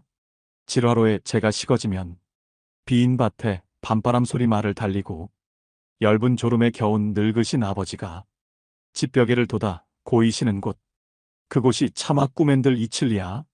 흙에서 자란 내 마음, 파란 하늘빛이 그리워 함부로 쏜 화살을 찾으려 풀섭 이슬에 함초롬 휘적시던 곳, 그곳이 차마 꾸맨들 이칠리야. 전설바다에 춤추는 밤물결 같은 검은 귀민머리 날리는 어린 누이와 아무렇지도 않고 예쁠 것도 없는 사철 발 벗은 아내가 따가운 햇살을 등에 지고 이삭 줍던 곳, 그곳이 차마 꾸맨들 이칠리야. 하늘에는 섞은 별, 알 수도 없는 모래성으로 발을 옮기고 서리까마귀 우지짓고 지나가는 초라한 지붕, 흐릿한 불빛에 돌아앉아 도란도란 거리는 곳, 그곳이 차마 꾸맨들 이칠리야. 제가 은혜 신학교 다닐 때 하루에 보통 성호를 한 70번 정도 긋는다고 말씀드렸죠. 제가 그 강의 끝나고 저도 반성했어요. 나도 먹을 때는 성호 긋는데 안 먹고는, 먹고 끝나고 난 다음에 안 글 때도 많았어, 나도. 근데 요즘 제가 생활이 변했어요. 어떻게 변했느냐면은 하여튼 먹을 때마다 성호를 긋는 거예요. 복분자, 요즘 복분자 나오잖아요. 우린 복분자 또 이것도 갈아서 먹거든요. 복분자 먹을 때도 성호 긋고, 오디 먹을 때도 성호 긋고, 하여튼 그런데요, 제가 요즘 뭐를 느꼈느냐면 성호를 하루 종일 그니까 뭐가 있느냐면 내 삶이 조금씩 거룩해지는 걸 느껴요. 그래서 여러분들도 아무 때나 그세요. 아무 때나. 예? 그러니까 일어나서부터 계속 긋는 거야. 드립다 그냥. 드립다 그니까 내가 조금 생활이요, 조금 거룩해지더라고요. 그래서 정말 성호를 긋는 거는 우리한테 참 중요한 것 같아요. 자, 자식들을 교육할 때 돈이 세상에서 최고라고 가르치지 말고 정직하게 돈 벌어서 그 돈으로 어려운 이웃을 돌보라는 이런 가르침을 가르치는 것이 여러분들 훌륭하게 자식들을 가르치는 거예요. 지금 전 세계 기준으로 볼 때 극심한 가난에 시달리는 사람을, 하루에 1달러 이하로 사는 사람을 극심한 가난에 시달리는 사람이라고 그럽니다. 그 다음에 하루 2달러로 사는 사람들은 보통 가난한 사람들이라 그래요. 하루에 2,000원 가지고 사는 사람들을, 3달러 이상 가지고 사는 사람들은 가난한 사람이라고 하지 않는데요. 그럼 3달러 이상이면 3,000원 이상이면은 가난하지 않은 거예요. 그러니까 한 달에 90달러. 그러니까 우리나라 돈으로 10만 원 정도만 한 달을 가지고 있으면 가난하지 않다는 거예요. 근데 여러분들 우리나라는 지금 어떻게 살죠? 우리나라 최저 생계비가 57만 원이에요. 그러니까 국가에서 저 사람은 도저히 돈 벌 수 있는 재능이 없는 사람이다, 능력이 없는 사람이다 에게 주는 돈이 57만 원이래요. 그럼 57만 원이면요, 아프리카의 어떤 부자보다도 잘 사는 사람이에요. 어떤 부자보다도. 그럼 아마 여기 지금 뭐 자식들이나 가족이 돈을 벌면은 보통 한 200~300만 원은 벌 거예요. 두 사람이 벌면은 한 400~500만 원은 벌 거예요. 300~400만 원 버는 사람들도 있을 거고. 물론 아르바이트 못하는, 저는요, 제가 평창에 있으면서요, 진짜 안타까운 건 뭐냐면요, 멀쩡한 애들 우리가 구하는데 없어요. 정말로. 아니 서울에는 실업자가 100만 명이니 200만 명이라는데 우리 평창은 정말로 젊은이가 없어요. 그래서 젊은이가 하나만 이력서만 넣으면요, 웬만하면 다 뽑아요. 웬만하면. 근데 그냥 이력서 넣는 사람이 50, 60살, 우리 집은 50, 60은 일을 못해요. 이게 일이 너무 힘들기 때문에. 근데 그냥 오겠다는 사람은 5, 60 이상한, 그냥 뼈가 안 좋고 허리가 안 좋고 이런 사람, 멀쩡한 젊은이들은 일을 안 하고. 참 그게 너무너무 안타까워요. 대한민국 사람들이요, 불행한 이유는 바로 돈 욕심 때문에 불행해요. 기도하는 거 보면은 자신의 욕심 충족하기 위해서 물질 축복 비는 사람들 많아요. 특별히 예수님한테 주님 집안채만 나 좀 어떻게 좀 생기게 해주십시오, 이렇게 기도하는 분들이 있는데요, 그 사람들 정말 답답해요. 예수님은요, 이 세상에 오셔서 집 한 채 없이 사셨어요. 아니, 집 한 채 없이 사신 분한테 집 한 채 달라고 그러면은, 아니, 그 예수님 주겠어요?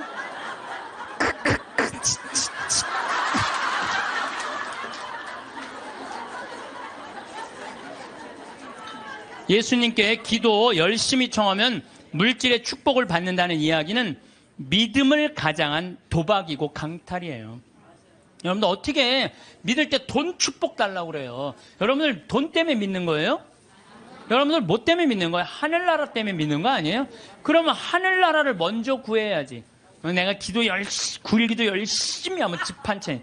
아니, 어디 빌 뗄 대고 빌어야지. 집 한 채 없는 분한테 저기 뭐야, 집 달라고 그러면 돼요. 예수님에게 기도할 내용은 하느님 나라와 그의 정의이지 집이 아니라는 거죠. 재물 축복은 성서에도 이렇게 표현합니다. 잠언 10장 4절을 보면 게으른 손바닥은 가난을 지어내고 부지런한 이의 손은 부를 가져온다. 얼마 전에 판교 신도시 거기 로또라고 그랬잖아요. 그럼 내가 한 2억에 이제 아파트를 사뒀단 말이에요. 2억짜리를 사두고 10억 뛰게 바라는 사람들 많아요. 그렇죠? 1 더하기 1은 2인데 1 더하기 1은 10이라고 생각하는 거야. 근데 안 뛰었어. 지금 부동산 경기가 엉망이잖아요. 안 뛰었는데 나 2억 주고 샀는데 10억 되길 바라는 마음으로 샀는데 8억이 안 뛴 거 아니에요. 이 사람 이 생각을 하는 거 8억을 손해봤다고 생각을 하는 거예요. 8억을 손해봤다고 생각하니까 억울해요, 안 억울해요? 억울한 거야. 근데 문제는 뭐냐면 그 2억을 여기저기 돈을 끌어다가 산 거야. 그럼 이 사람 망해요, 안 망해요? 그래서 욕심이 망하는 거예요. 또 청와대 판검사들을 청와대가 판검사들이 보호하는 로얄 패밀리 클럽이라고 써있어서 2천억을 떼어먹은 사람도 있어요. 말도 안 되는 거에 사기당하는 건 다 여러분들은 뭐 때문에 그래요? 욕심 때문에. 그 욕심이 나를 끌고 들어가는 거예요. 그러니까 제발 1 더하기 1은 2지 1 더하기 1은 100이 아니에요. 무슨 돈이 뻥튀기 과자에 넣어놓으면 뻥 하고 터져갖고 그냥 막 엄청나게 요 뻥튀기 과자에 쌀 요만큼 넣잖아요. 나 뻥튀기 평창에서 뻥튀기 기계도 하거든요. 애들 오면은 그 요만한 쌀을 뻥튀기 기계에 넣어요. 그래갖고 막 1시간 정도 열을 가하면 뻥 하면 엄청나게 커지잖아요. 돈이 그렇게 되는데 돈은 절대 그렇지 않아요. 하나하나 쌓이는 거죠. 여러분들 내가 정말 똑똑하진 않지만 내가 똑똑하지 않은 머리로 생각을 해봤어요. 여러분들 왜 사기를 당하느냐. 나라 경제가 3% 성장한다면요, 은행 이자는 3% 넘기가 힘들어요. 정기 적금을 넣어야 3.9%예요. 오늘 아침에 내가 라디오에서 들었어요. 정기 적금을 넣어야 3.9%예요. 그러면 그걸 3.9% 넣어봤자 1억 넣어봐야 30만 원, 40만 원 나오는 거야. 300만 원, 400만 원 나오는 거야. 1억 넣어야. 한 달에 30만 원 나오는 거야. 1억 넣어야. 그러니까 이 돈 갖고 뭘 해. 근데 어떤 사람이 살살살살 꼬셔요. 여기 펀드에 넣으면은 이게 한 20% 이익이 나와. 이게 너만 알아. 너만. 내가 아무한테도 안 알려주는 거야. 내가 너만 알고 있어. 이거 여기다 넣으면 20%. 1억에 20% 2천만 원이란 말이야. 그럼 한 달에 200만 원씩이면은 어때요? 할만하죠? 그래서 사기를 당하는 거예요. 그래서 국가 경제가 3% 성장이면요, 이자는 3% 넣기가 어려워요. 근데 만약에 15%, 20% 얻을 수 있다라고 말하고 다가오는 사람은요, 100% 사기꾼이라고 생각하면 돼요. 3% 이자에 3.5% 이거는 돼요. 근데 내가 20%까지 불려줄게. 100% 사기꾼이라고 생각하면 돼. 그런데 이렇게 듣고도 오늘 나가서 여기 말이야, 너만 알아, 너만 알아. 예. 그래? 넘어가는 거죠. 노름, 경마, 강원랜드 도박만 하지 않았어도요, 자녀들과 여행도 다니고 좋은 일도 하고 부부가 함께 여행하고 부모님한테 용돈 드리고 여유롭게 살 사람들 많아요. 근데 저 지금 경마장, 무슨 경정장, 무슨 전부 다 이 사람들 영혼 망가뜨리는 거예요. 정말 여러분들 그런 거 재미로 가다가 인생 망치는 거예요. 재미로 가다가. 예. 그 귀중한 돈 제대로 한번 써보지도 못하고 공중에 날리는 사람들 많습니다. 아니 200억 있으면 뭐하러 강원랜드 갖고 그걸 그냥 날려요. 200억 가지고 고아원도 짓고 어려운 사람 장학재단도 설립하고 버려진 독거노인들도 돌봤으면 거기만 쭉 일주일에 돌아다녀도 그렇게 해도요, 인생 의미도 찾고 행복하고 삶의 보람도 느낄 거야. 200억을 날리고 나면 그러니까 거기서 뛰어 죽는 사람 1년에 50명, 60명이 뛰어 죽는다는 거예요. 사기당하는 분들 다 이유가 있어요. 하루아침에 벼락부자시고 좀 욕심 가지고 있는 사람들, 지금 버는 수입보다 더 큰 수입을 벌 수 있다는 말에 현혹될 때, 그래서 전 대박이라는 단어를 싫어해요. 대박이 어디 있어요, 대박이. 그달 벌어서 내가 500만 원, 300만 원 벌으면 그중에 50만 원, 60만 원 저금해서 한 5년, 10년 해갖고 1억, 2억 맞추고 집 한 채 사고, 그 집 사고 또 한 10년 열심히 일해갖고 한 3, 4억 해갖고 퇴직할 때 한 4억, 5억 정도 지니고, 그리고 그거 가지고 늙을 때까지 살아가는 거죠. 그러다가 정말로 돈이라는 건 축복이에요. 그거 오는 수가 있어요. 내가 산 집이 어쩌다가 뛰어갖고 그걸 정리해갖고 다시 좀 어떻게, 그 정도는 되더라도 어느 날 갑자기 떼돈을 버는 일은 없어요. 또 떼돈을 번다고 여러분들 행복하지도 않아요. 내가 전 시간에도 말했지만 떼돈을 보면요, 이 사람들 떼같이 몰려, 떼같이 떼같이 몰려갖고 돈 꿔달라, 머리 아파요. 여기 계신 분들 이런 분들이 있어요. 입만 열면 돈이 원수라고 말하는 사람, 이렇게 말하는 사람들 사기당할 가능성이 많아요. 입만, 아유, 돈이 원수야. 이런 사람들 사기당할 가능성이 많아요. 돈이 원수야. 그런데 예수님이 원수를 사랑해라. 그러니까, 아, 내가 돈을 사랑해야 되겠구나. 돈을 너무 사랑하다 보면, 디모데후서 1장 6절, 6장 10절에 보면요, 돈을 사랑하는 것이 모든 악의 뿌리입니다. 돈을 따라다니다가 길을 잃고 신앙을 떠나서 결국 격심한 고통을 겪는 사람들도 있습니다. 그래서 여러분들 사기당하기 싫으면요, 사기꾼들의 특징이 있어요. 호화롭거나 명품 이야기 많이 하면서 입만 열면 대박 터진다고 말하는 사람들, 이런 사람들 사기꾼들 가능성이 많아요. 자신이 뭐 누구 유명인 영화배우, 무슨 국회의원, 무슨 정치인들 안다고 맨날 입만 열면 얘기하는 사람들 사기꾼일 가능성이 많다는 거예요. 전화번호가 이유도 없이 자주 바뀌는 사람들, 여러분들 전화번호 그냥 끝까지 쓰는 사람들 있죠? 이 사람들 사기꾼들 아니에요. 근데 그냥 전화번호 또 바뀌었어, 또 바뀌. 사기꾼일 가능성이 많다는 거예요.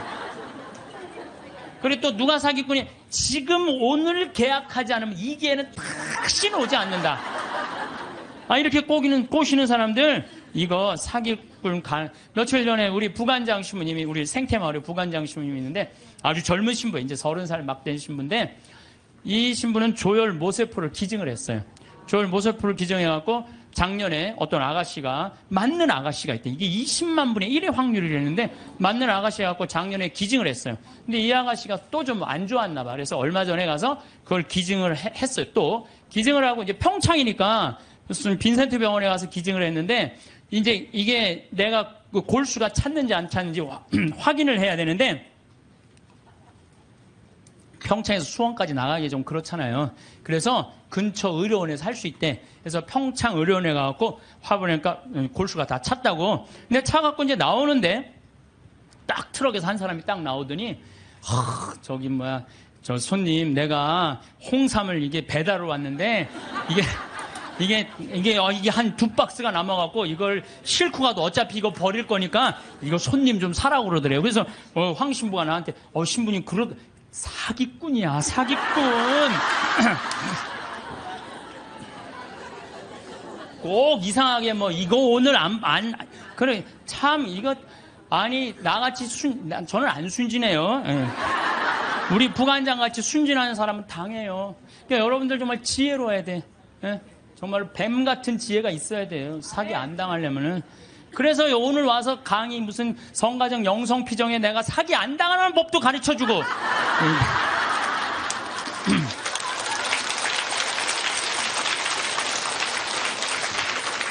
특별히 제가 부탁하고 싶은 게 있어요. 교우들끼리 돈거래 하지 마세요.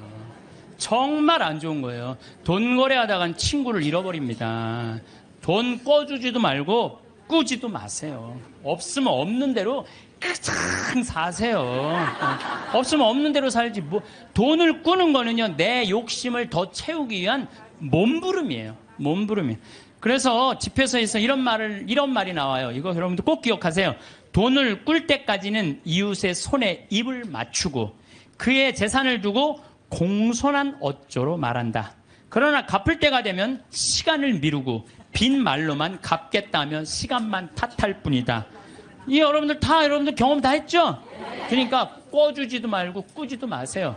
그런데 꿔줘야 되는 건 있어요. 누구 병원비가 없다. 내가 친척 중에 학비가 없다. 이거는 꿔준다기보다도 그냥 줘요. 네, 꿔준다기보다도 주세요. 병원비나 학비, 난 내가 강의할 때 핸드폰 울려도 한 번도 신경질을 부린 적이 없어, 나는. 병원비나 학비 같은 경우는 저는 그렇게 생각해요. 그냥, 가난한 사람도 도와주는데 내 형제 친척 중에 아프고, 학비가 없다는데 그거는 차라리 꿔준다는 말보다 그냥 주세요. 그거 외에는 꿔주지도 말고 꾸지도 마세요. 돈이라는 거는요, 돈이 거짓말하는데 한다고 말하잖아요. 돈은 거짓말 안 해요. 욕심 부리지 않고 성실하게 일하면 돈은 언제든지 벌어집니다. 한순간에 떼돈 벌고 싶은 도둑놈 심보를 가진 사람들이 돈 때문에 자기도 고통스럽고 남도 고통스럽게 하는 거. 그래서 보면 어떤 집에 보면요, 이 도박하는 사람들 보면요, 형제, 친척 모든 돈 다 끌고 들어가는 사람들이 있어요. 중리사니 그러면서 거짓말하면서. 이런 사람들은요, 진짜 정말로 이 사회에서 분리시켜갖고 어디 모아놔야 돼요. 그래서 노동, 우리 생태마을에 그런 사람들 그냥 싹 모아갖고 돈도 안 주고 그냥 일 시키면은 그게 돈 버는 건데. 여러분들 이제는 돈 버는 시대는 끝났어요. 이게 무슨 얘기냐면은 30년 전에는 돈이 없어서 굶었고 돈이 없어서 학교 다니지 못했지만 지금은 그런 시대는 아니에요. 이제는 돈 버는 법을 배우는 시대가 아니라 돈 쓰는 법을 배워야 돼. 어떻게 쓰면 잘 쓰느냐. 돈이 쌓이면 죄가 되게 돼 있어요. 제가 신학교 때 1학년 때 신학교 딱 들어가니까 우리 선배님들이 맨날 뭐 배고파서 굶었다, 뭐 너무너무 힘들었다. 그런데 신학교 딱 들어가니까 밥 딱 3끼 주는 거예요. 그거 외에는 간식이 없는 거예요. 간식이. 그게 20살 때 얼마나 이 혈기가 넘쳐요. 근데 밥 3끼, 아무리 많이 먹어도 밤 되면 배고프잖아요. 그냥 어떨 때 그냥 물 먹고 배고프니까. 그러고도 있는데, 외출할 때 되니까 배고플 거 생각하고 식빵을 사, 식빵을 사갖고, 이제 혼자 먹으려고. 혼자 먹으려고. 근데 식빵을 이렇게 놔도 이제 어떻게 20줄을 다 먹어요. 한 4줄 먹으면 배부르잖아요. 그럼 이제 다음에 먹으려고 놔두면 이놈들이 얼마나 코가 빠른지 그 식빵 있는 걸 너무너무 잘하는 거예요. 그러고 식빵을 보면 다 훔쳐먹고 없는 거예요. 그래서 내가 식빵을 사면은 내가 이 식빵을 뺏기지 않으려고 어떻게 해요? 그냥 저기 침대 맨 안쪽에 침대 밑에 옷장이 있었거든요. 그 맨 끝에 이제 몰아 넣는 거죠. 그래서 내가 이제 난 신학교 때 깐또레스를 했어요. 매 미사마다 노래하는 그 깐또레스를 했으니까 맨날 그거 연습하느냐고 여기 뛰어다니고 저기 뛰어다니고 보면 한 3일 정도 뛰어다니면은 빵 놓은 걸 까먹어요. 빵 놓은 걸. 그래갖고, 나 빵 먹어야지, 빵! 그래갖고 딱 보면은 그게 곰팡이가 썰어져요, 곰팡이가. 그래, 몇 번을 곰팡이 쓰는 거를 보고 내가, 세미나를 그때 이제 갔는데 굉장히 큰 세미나였어요. 근데 거기에 이제 불교, 개신교, 천주교, 유교 다 모여서 그런 얘기를 하는 거예요. 종교의 모든 거는 나눈다. 보면은 불교는 절하고 난 다음에 음복한다 그러잖아요. 다 나눠 먹잖아요. 그렇죠?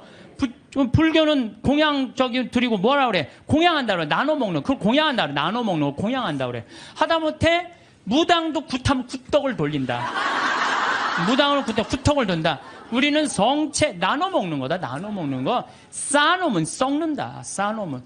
제가 그 얘기를 듣고 딱 내 모습이 생각나다. 그 식빵 혼자 먹겠다고 깊숙한 걸 쌓아놨던 내 자신이 그것도 맨날 성체화하는 내가 너무 창피하더라고요. 그래서 식빵을 사갖고 그러면 그 다음부터는 다 불러요. 친구들. 내 친구들. 야, 일로 와봐. 내 식빵 사와. 다 나눠 먹었어요. 나눠 먹으니까 뭐가 좋으냐면 곰팡이 썰어서 버리는 게 없는 거예요. 나도 못 먹고 너도 못 먹잖아요. 그렇잖아요. 그러니까 걔네들도 이제 외출해갖고 사갖고 오면은 나한테 얻어먹었으니까 어떻게 해? 풀러다가 또 나눠 먹고. 그러니까 한 2학기 되니까 늘 배불리 먹더라고요. 특히 교회 안에 돈이 쌓이면 그 돈은 서로 뜯어먹으려고 모략과 모함이 난무합니다. 교회는요, 돈이 생기는 대로 쌓아두지 말고 나눠야 돼.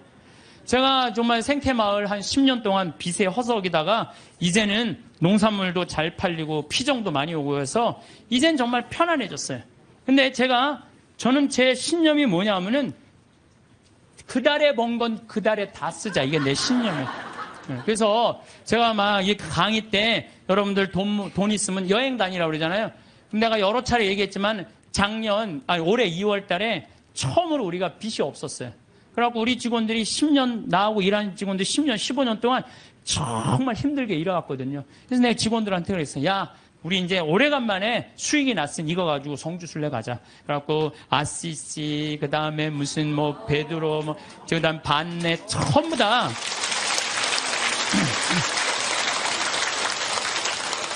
여러분들, 돈은요, 쓴 것만 내 돈이에요. 쓴 것만 내 돈. 여기 계신 분들 재산이 100억 있어. 근데 하나도 안 썼어. 그분은요, 거지예요, 거지. 하나도 안 썼으면. 근데 재산이 100억 있어. 근데 그 100억을 가지고 여행도 다니고 맛있는 것도 먹으러 다니고 또 가난한 사람도 도와주고 어려운 아프리카, 우리 잠비아도 1,000만 원 기증하고 이 쓴 것만 내 돈이에요. 쓴 것만. 내가 본당 신부할 때도 정말로 부자들 많았어요. 근데 그 부자들 한 푼도 안 써. 그러면은 어떻게 이렇게 없어 보이는지. 없어 보여요. 한 푼도 안 쓰는 부자는요, 없어 보여요. 근데 정말로 부자면서도 때 따라 철 따라 시모님 이거 필요하실 때 쓰세요. 이거 어려운데 도와주세요. 시모님 이번에 사업. 그 사람들은요, 정말 있어 보이더라고요. 있어 보여요. 돈은 우리 인생을 행복하게 해주는 도구지 목적이 아니에요. 우리나라에 1971년 3월 11일 날 76세로 세상을 떠난 유일양행의 설립자인 유일한 박사님은요, 모든 재산을 공익단체 다 기부했어요. 그리고 주식조차도 직원들한테 다 나눠줬어요. 다 나눠줬어요. 정말로 멋있는 분이죠. 정말로 기업가의 모습을 보여준 거예요. 또 그 딸도 미국에 가서 전 재산 떠나면서 세상에 다 기부하고 세상 떠났어. 딸도. 아버지가 그러니까 딸도 그러는 거예요. 아버지가 그러니까. 카네기도 전 재산 기부했고 2,500곳에 도서관을 줘줬어요. 카네기. 그리고 워렌 버핏, 빌 게이츠, 걔네들 둘이 낸 게 1,000억 달러예요. 1,000억 달러. 둘이 낸 게. 다 내는 거죠. 다. 왜? 그 사람들은 누구를 상대해서 돈 벌었다고 생각해? 자기네들 국민을. 그러니까 미국 갑부들은 보면요, 다 미국에 가보면요, 그 부자들이 다 기증하고 갖고 몇백억, 몇천억씩. 그걸로 사회가 건강하게 돌아가는 거예요.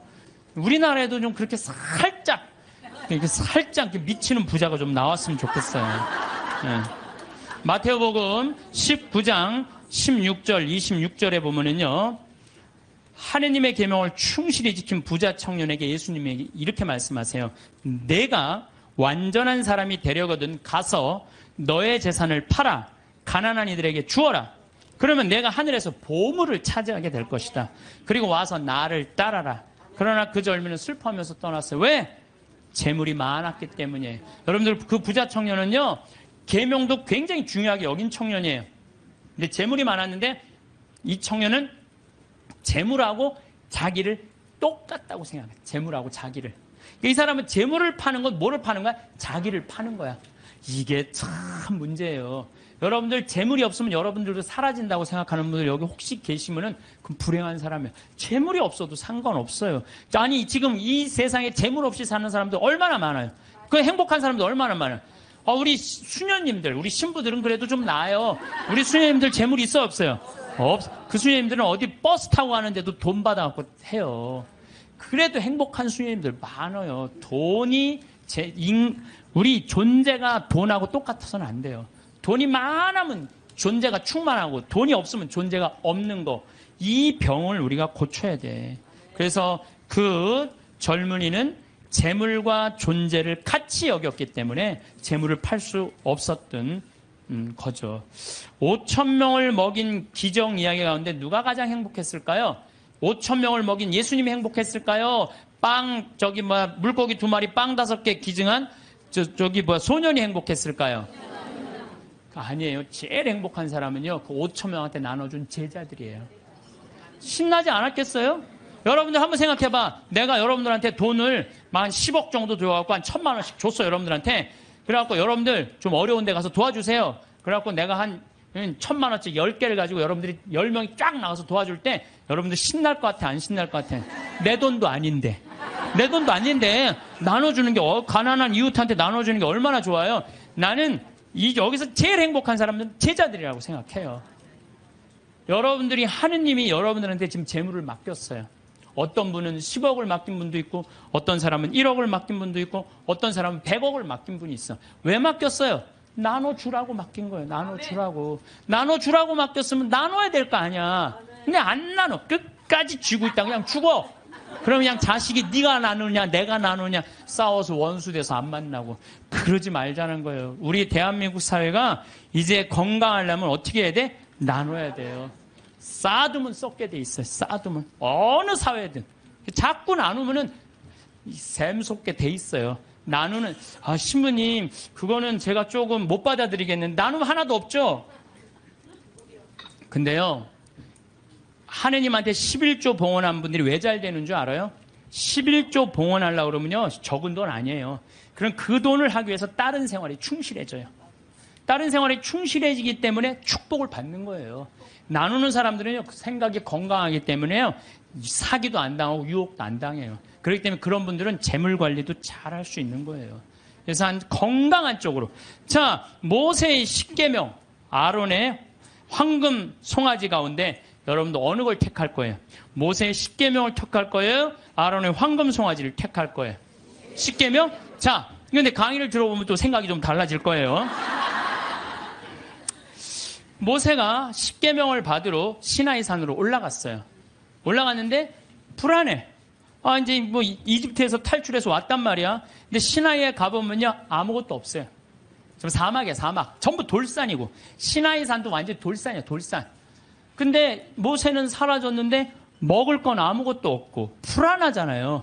이게 어떻게 하지? 어떻게 하면 좋을까? 고민을 하고 있는데 사람들이 아니 모세는 안 보이고 우린 불안하다. 우리 그냥 모아갖고 우리 황금 송아지 만들자. 그래? 황금 송아지?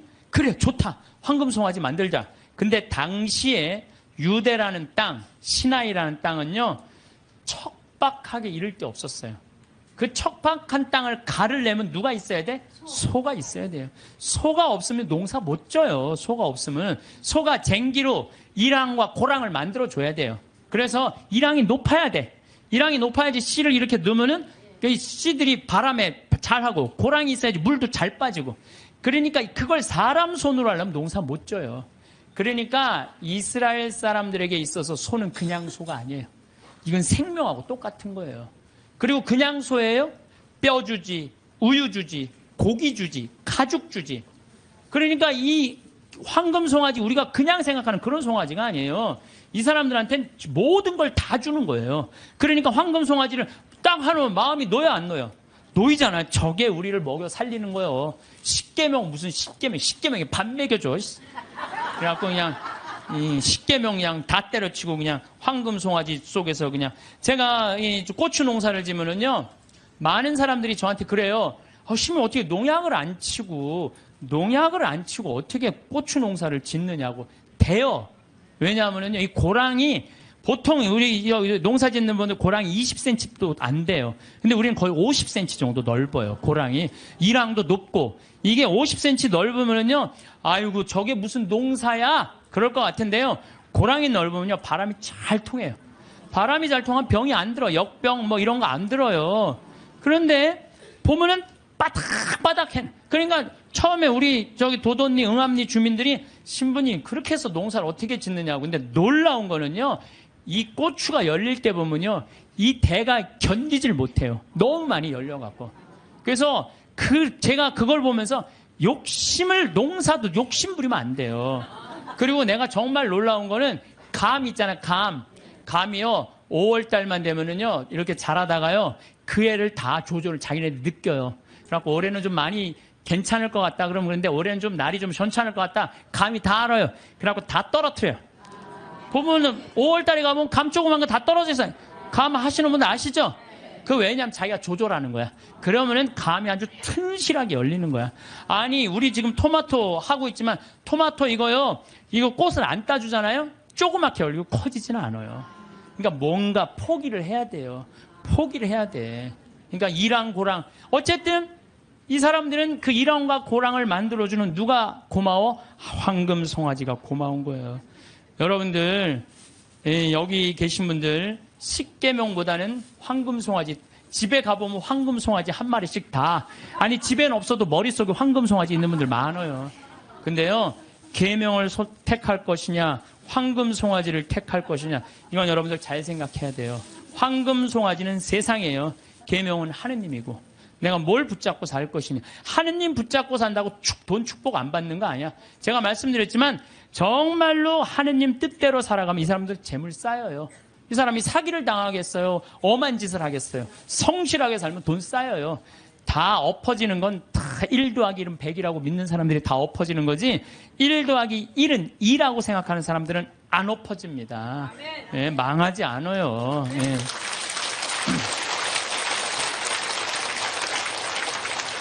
하느님 꽉 붙잡고 살아야 되는데 출세와 권력 꽉 붙잡고 사는 사람들 있어요. 저는 예수님이 왜 위대한지 정말로 이 4대로 살면 살수록 더 느껴요. 예수님은 이 세상에 오셔서 절대 권력을 추구하지 않으세요. 나는 섬김을 받으러 온 것이 아니라 섬기러 왔다. 이 말씀이야말로 우리 인간이라면 누구나 다 가슴 깊어야 새겨야 할 말씀이에요. 권력은 섬기기 위한 도구인데 권력을 쥔 사람들이 안 섬기려고 그래요. 막 권력을 휘둘르죠. 위장 전입하고 자식 대학 군대 안 가게 하고, 또 대학도 마찬가지야. 무슨 국제중학교 이런 데 애 머리도 안 되는데 막 들이밀고, 이게 다 돈과 권력으로 부리는 횡패. 지난번에도 말씀드렸지만 우리나라 대통령들 최고 권력 가진 사람들 어떻게 됐어요? 불행하게 죽거나 감옥에 가거나 가족이 감옥에 가거나 그래요. 그러잖아요. 권력이 뭐가 좋아요. 그래서 여러분들 가운데서도 정말로 권력처럼 무상한 게 없어요. 권력을 쥐고 있을 때만 좋지, 권력에서 밀려나면은요 비참하고 심지어는 모욕과 보복까지 당하는 게 권력이에요. 요즘 나는 그 전두환 무슨 국회법 통과되는 거 보면서 권력이라는 게 참 무상하구나. 저 전두환이라는 저 대통령이 얼마나 정말로 기가 막힌 권력을 가졌어요. 근데 지금은 모든 국회의원들이 다 10년 연장하자, 뺐자. 그게 권력이라는 게 이렇게 무상한 거예요. 권력을 꽉 잡고 사는 것보다 하느님 꽉 잡고 사는 게 훨씬 더 낫습니다.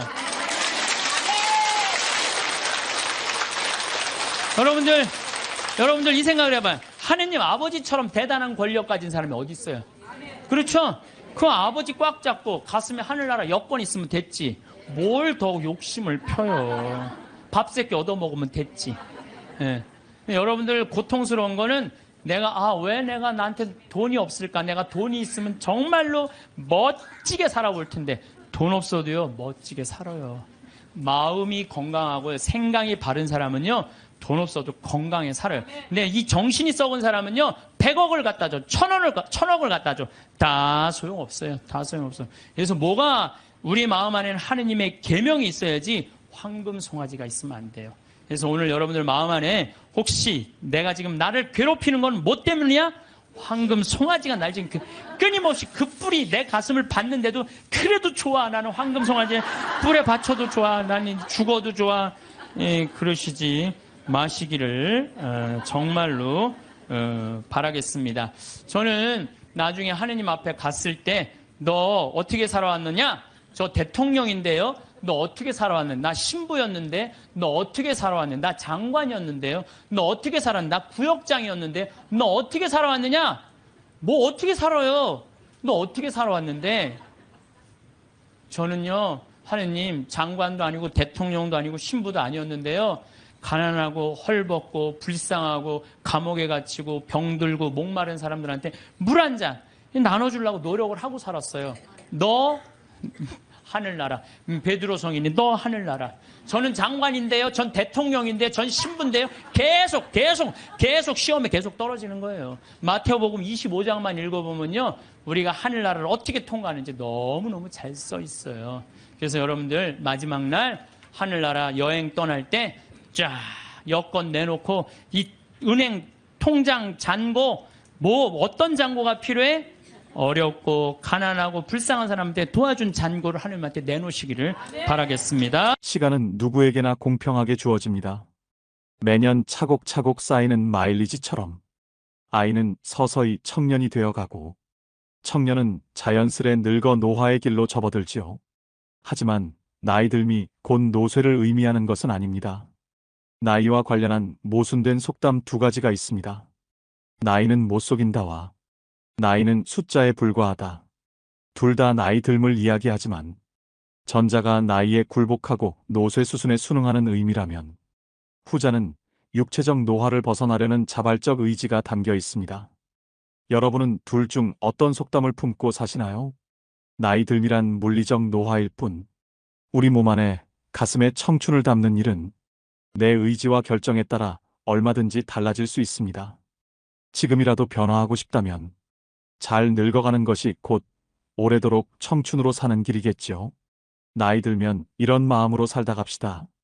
삶을 남과 비교하지 말고 남을 원망하지 말고 부모로서 자식이 잘 되길 바래도 자식들에게 너무 기대하지 말고 지난 날을 후회하지 말고 내 운명이라 생각하고 운명이다 해 세상 떠날 때 부와 권력, 명예 다 놓아버리고 빈손으로 홀가분하게 미련 없이 미소 짓고 떠나게 해달라고 기도하며 삽시다. 재물이 많아도 만족하지 못하고 더 많은 재물을 모으려고 발버둥 치면 재물의 노예가 되어 가진 재물에 만족하지 못해 마음이 가난하고 많은 재물이 없어도 가진 것에 만족하고 분수에 맞게 즐겁게 살면 마음이 부유의 부자입니다. 가난한 사람과 부자는 마음먹기에 달려 있습니다. 영겁의 세월 속에 인간의 삶은 흐르는 물과 같고 하늘에 떠가는 구름과 같고 올 때는 순서가 있지만 이 세상 떠날 때는 순서도 없고 언제 떠난다는 기약도 없어 몇 분 후를 모르는 것이 인생이라 합니다. 지난 날은 다시 돌아올 수 없고 미래는 기약이 없으니 지난 일에 미련 갖지 말고 미래를 너무 기대하지 맙시다. 지금 주어진 이 시간이 생애 제일 소중하다고 생각하며 보람있고 즐겁고 행복하게 보냅시다. 노년에 친한 친구가 두 사람만 있어도 인생을 잘 살았다는 말이 그때는 마음에 와 닿지 않았는데 정년 후에야 실감이 납니다. 친구가 될 수 있는 조건이 첫째, 가까이 살아 언제든지 부르면 올 수 있고 둘째, 취향이 같고 건강해야 동행할 수 있고 생활 여유가 같아야 함께 여행도 하고 술도 함께 부담 없이 나눌 수 있습니다. 나이가 들면 세상을 이런 마음으로 즐겁고 행복하게 살다 운명이 다 해부르면 큰 고통 없이 미소 짓고 미련 없이 떠날 수 있는 사람이 인생을 가장 잘 산 사람 아닐까요? 그래서 오늘은 나이 들어 성숙한 내면을 가지기 위해 반드시 피해야 할 행동 6가지에 대해 알려드리겠습니다. 오늘부터라도 5가지 중 1가지라도 실천하셔서 품격 있는 노후를 만들어 가시길 바랍니다. 인생 수업 바로 시작하겠습니다. 나이 들어 반드시 피해야 할 행동 첫 번째는 질서를 무시하는 사람입니다. 사람들이 전철을 타기 위해 출입문 양옆에 줄 서 있는데 한 나이 든 분이 맨 앞으로 끼어들었던 적이 있었습니다. 질서를 지키는 모습에 대한 평가는 나이 들수록 더 극과 극으로 갈리는 경향이 있습니다. 30, 40대면 당연한 모습처럼 여기는데 머리가 흰 나이 든 노인이 질서를 지키는 모습은 훨씬 더 존경스러운 마음이 듭니다. 어른도 저러는데 나도 본받아야지 라는 생각이 듭니다. 30, 40대도 어른인데 유독 노인에게 이런 마음이 든 이유는 무엇일까요? 바로 사회의 어른, 근본이란 생각이 크기 때문입니다. 반면 노인이 질서를 무시하는 모습은 더 추하게 보입니다.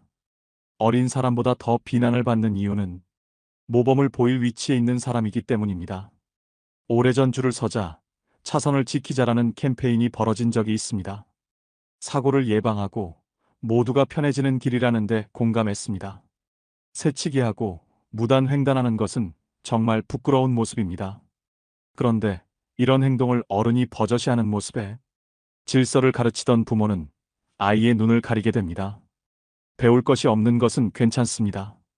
하지만 배우지 말아야 할 것을 하는 것은 어른으로서 부끄러운 일입니다.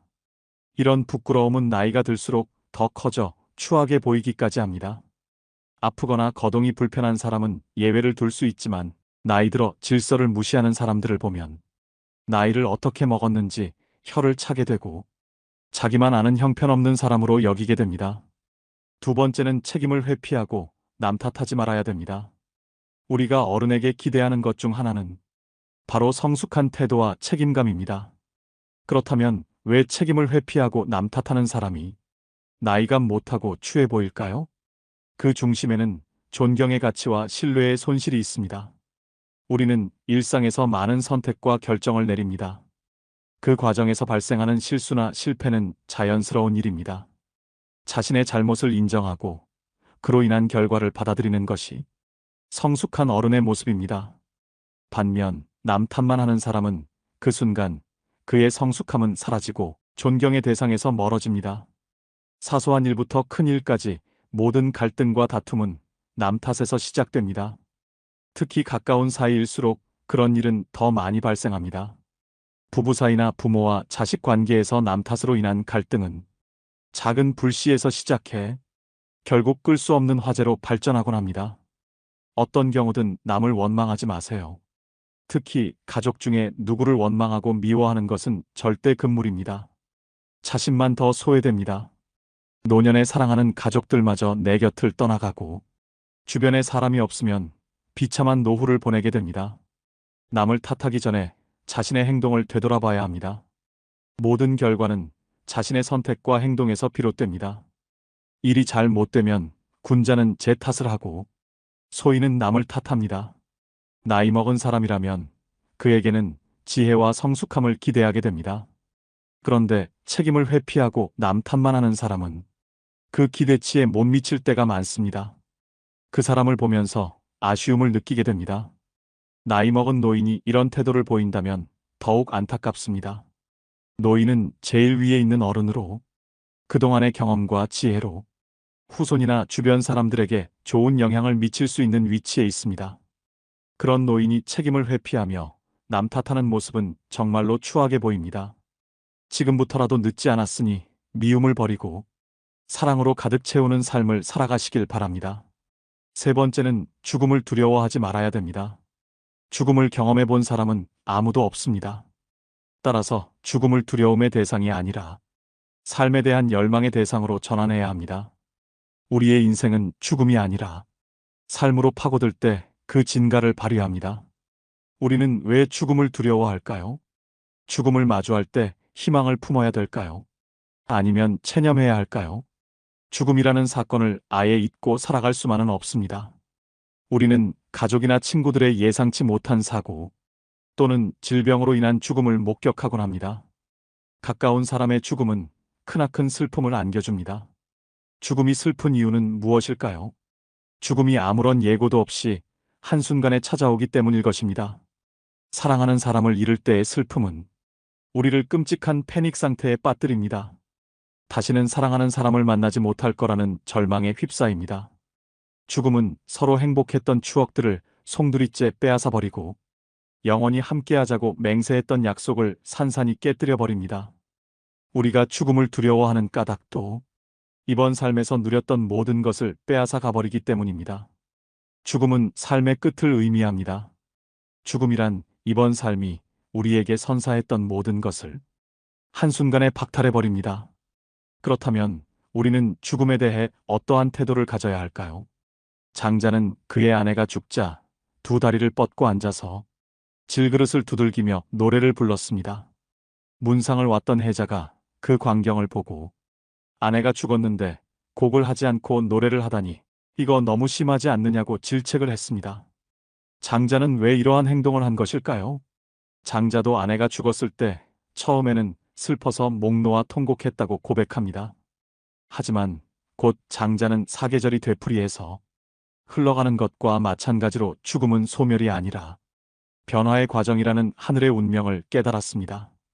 태어나기 전 인간에게 삶이란 없었습니다. 우연히 기가 형성되고 인간으로 태어나면서 삶이 시작된 것입니다. 죽음이란 이제 다시 변화의 과정을 통해 태어나기 전으로 돌아가는 것입니다. 우리에게는 가족의 죽음이든 자신의 죽음이든 운명으로 받아들이는 태도가 필요합니다. 인간이 죽는다면 그저 태어나기 전으로 돌아갈 뿐입니다. 죽음 이후를 막연히 두려워할 필요가 없습니다. 네 번째는 허풍을 심하게 떨거나 자랑을 너무 많이 하는 것입니다. 나이 들어서까지 입만 열면 잘난 척과 허풍을 떠는 사람이 있습니다. 제 주변 친구 중 한 명은 그렇게 자식 자랑을 합니다. 살면서 하지 말아야 할 자랑 세 가지를 꼽자면 배우자 자랑, 자식 자랑, 돈 자랑이라고 합니다. 이 가운데서도 특히 아무리 친한 친구 사이라도 하지 말아야 할 자랑이 있는데 그것이 바로 자식 자랑입니다. 사람들 가운데는 자식들 일로 인해 자랑을 할 것이 많은 사람도 있지만 그렇지 않은 사람도 있지요. 특히 자식 때문에 속을 썩이고 있거나 고민이 많은 사람이 있습니다. 이런 사람 앞에서 자식 자랑을 하는 것은 아픈 사람 앞에서 자신의 건강을 자랑하는 것과 같습니다. 그 말을 듣는 사람의 입장에서는 겉으로 드러내지는 않아도 그 자체로 스트레스이고 고통이 됩니다. 나이가 들수록 축하보다도 자랑을 많이 하는 친구들이 있는데 이런 습관은 오랜 친구마저도 멀어지게 합니다. 이처럼 사회에서 잘난 척과 허풍이 심한 사람을 만나게 되면 그때마다 느끼는 게 있습니다. 자랑하는 사람일수록 자세히 들여다보면 내세울 것이 별로 없다는 사실입니다. 자신은 스스로 자기 자랑을 열심히 하고 있지만 그래서 들여다보면 빛 좋은 개살구이거나 그 주변에는 별로 성과라고 할 만한 것이 없는 사람이 대부분이었습니다. 왜 그럴까요? 자랑을 수시로 하는 사람은 겉으로 자신이 대단한 사람이라는 것을 적극적으로 알리지 않으면 부족한 사람이라는 것이 저절로 드러나기 때문이다. 자신에게 부족한 점이 많다는 것을 감추기 위해 끊임없이 주변 사람에게 자기를 드러내는 것입니다. 주변 사람에게 어떻게든 인정을 받아야 부족한 것을 감출 수 있을 것 같은 의식의 생각입니다. 그런 사람들의 의식에는 역설적으로 별로 이룬 것이 없는 사실에 대한 불안과 걱정이 깔려 있습니다. 반면 무엇인가를 이룬 사람은 그것을 굳이 자랑하려 하지 않습니다. 아니, 자랑할 필요가 없습니다. 자랑하지 않아도 그들이 갖춘 것은 저절로 드러나기 때문입니다. 경제적으로나 정신적으로나 부유하든 그렇지 않든 과시를 주 목적으로 하는 사람일수록 자랑하는 것만큼 실제로는 보잘것없을 가능성이 큽니다. 실제로 내가 갖고 있는 것과 이룬 것과 별개로 과시를 목적으로 하는 사람일수록 스스로 자신이 부족한 사람이라는 사실을 계속 강조하는 것이겠지요. 사람들과의 관계에서 항상 겸손하고 베풀 줄 아는 것, 겸손과 베푸는 삶을 실천할수록 실제로 부자 마인드에 가까워지는 법입니다. 그렇게 아름답게 늙는 것입니다. 그것이 진짜 부자들의 자세이기 때문입니다. 다섯 번째는 내적 성장을 최우선으로 해야 됩니다. 돈이나 권력과 같은 언제고 사라질 수 있는 그림자를 삶의 절대적 가치라고 믿고 살아간다면 실제로 그것들이 사라졌을 때 크나큰 상실감에 휩싸일 수밖에 없습니다. 반면에 내적 성장은 사라지지 않습니다. 내가 깨달은 참된 지혜는 누구도 훔쳐갈 수 없습니다. 질문하지 않는 삶은 무의미합니다. 우리는 어렸을 적 경이로움에 가득 찬 눈동자로 세상을 바라봤습니다. 그런데 자라면서 세상을 향한 호기심은 물론 자기 자신에 대한 궁금증을 서서히 잃게 됩니다. 이미 다 안다고 착각하기 때문입니다. 이 세상은 무엇으로 이루어져 있는지, 왜 그런 일이 일어나는지, 나는 어떻게 해야 하는지 집요하게 캐묻지 않습니다. 그렇게 서서히 고정관념에 갇힙니다. 세상 일에 대해, 그리고 더 나은 삶에 대해 캐묻지 않고 음미하지 않는 사람은 무미건조하고 무기력합니다. 더 좋은 삶을 상상하지 않으니 변화 역시 생기지 않습니다. 뭘 해도 시큰둥하고 재미없는 일상에서 삶의 의욕을 얻기란 불가능할 것입니다. 그렇다면 어떻게 해야 할까요? 질문을 통해 지혜를 스스로 깨우쳐야 합니다. 누구도 대신 답할 수 없는 질문에 질문을 던지고 자기만의 답을 찾아가는 것이야말로 세상에 대한 경이로움을 회복하는 방법이자 지혜를 얻는 태도입니다. 여섯 번째는 내 몸을 사랑해야 됩니다. 마르고 날씬한 몸매가 미의 기준이 되면서 하루가 멀다 하고 온갖 종류의 다이어트 프로그램과 보조제, 갖가지 운동 방법이 홍수처럼 쏟아집니다. 그러는 동안 남녀를 불문하고 식이장애에 시달리는 사람들도 늘어나고 있는데요. 식이장애는 극단적 다이어트 후 폭식과 거식으로 우울증과 같은 심리적 문제를 일으키는 질병입니다.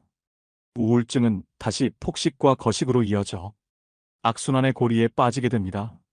오늘날 건강한 육체는 겉보기에 날씬하고 다부진 몸매와 동일시되고 있습니다. 아이러니하게도 날씬한 몸매를 얻는 대신 건강을 잃는 일이 생깁니다. 어떻게 하면 정신과 육체를 모두 건강하게 할 수 있을까요? 첫째, 내 몸을 사랑하는 것은 자유로워지는 첫걸음이다. 세상에서 말하는 아름다움의 기준을 충족시키기 위해서가 아니라 육체가 제 기능을 온전하게 발휘하도록 관리해야 됩니다. 남에게 보여주려고 인생을 낭비하지 마세요. 둘째, 마음의 허기를 정신적으로 채우는 것이다. 마음이 허해서 먹는다라는 말이 있습니다. 우리는 우울한 기분이나 불안, 허전함을 음식을 먹으며 채우곤 합니다. 그러고는 자책감과 우울감, 자기 혐오를 느낍니다. 불안하거나 우울하다면 식욕을 채우는 것 외에 다른 방법을 찾아보세요. 인간관계에서 만족감을 얻을 수도 있고 취미생활로 일상을 풍요롭게 만들 수도 있습니다. 중요한 건 허한 내 마음을 알아주는 것입니다.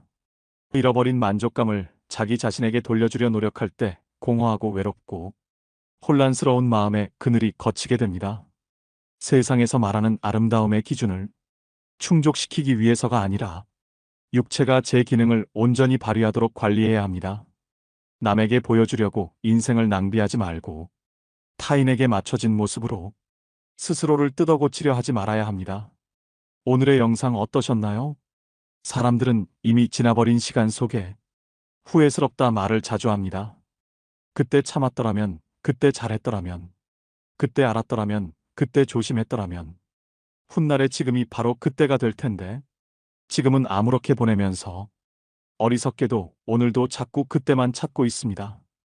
게으른 사람에겐 돈이 따르지 않고 변명하는 사람에겐 발전이 따르지 않는다고 합니다. 자기만 생각하는 사람에겐 사랑이 따르지 않고 비교하는 사람에겐 만족이 따르지 않으며 거짓말하는 사람에겐 희망이 따르지 않고 간사한 사람에겐 친구가 따르지 않지요. 세상을 아름답게 살려면 꽃처럼 살면 되고 세상을 편하게 살려면 바람처럼 살아가야 합니다. 꽃이란 자신을 자랑하지도 남을 미워하지도 않으며 바람은 어떤 그물에도 걸리지 않고 험한 산도 아무 생각 없이 쉽게 오릅니다. 그러니 나이 들어서는 꽃처럼 바람처럼 살아가야 합니다. 사람은 태어나면서부터 변해가는데 그것을 성장이나 노쇠라 합니다. 죽어가는 과정이기도 하지요.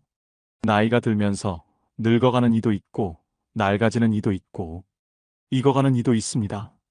여러분은 어느 쪽에 해당하시나요? 노인이라고 다 똑같은 것은 아닙니다. 아름답게 늙어가기 위해서는 세상의 변화에 발맞춰 현재 진행형으로 바뀌어야 합니다. 마지막으로 정지용의 시 향수 들려드리면서 오늘의 영상 마무리하겠습니다. 넓은 벌 동쪽 끝으로 예시약이 지줄대는 실개천이 휘돌아 나가고 얼룩배기 황소가 해설피 금빛 게으른 울음을 우는 곳 그곳이 차마 꾸맨들 이칠리야. 질화로에 재가 식어지면 비인 밭에 밤바람 소리 말을 달리고 엷은 졸음에 겨운 늙으신 아버지가 집벽에를 돋아 고이시는 곳 그곳이 차마 꾸맨들 이칠리야. 흙에서 자란 내 마음 파란 하늘빛이 그리워 함부로 쏜 화살을 찾으려 풀섭 이슬에 함초롬 휘적시던 곳 그곳이 차마 꾸맨들 이칠리야. 전설바다에 춤추는 밤물결 같은 검은 귀민머리 날리는 어린 누이와 아무렇지도 않고 예쁠 것도 없는 사철 발 벗은 아내가 따가운 햇살을 등에 지고 이삭 줍던 곳 그곳이 차마 꾸맨들 이칠리야. 하늘에는 섞은 별 알 수도 없는 모래성으로 발을 옮기고 서리까마귀 우지짓고 지나가는 초라한 지붕 흐릿한 불빛에 돌아앉아 도란도란 거리는 곳 그곳이 차마 꾸맨들 이칠리야.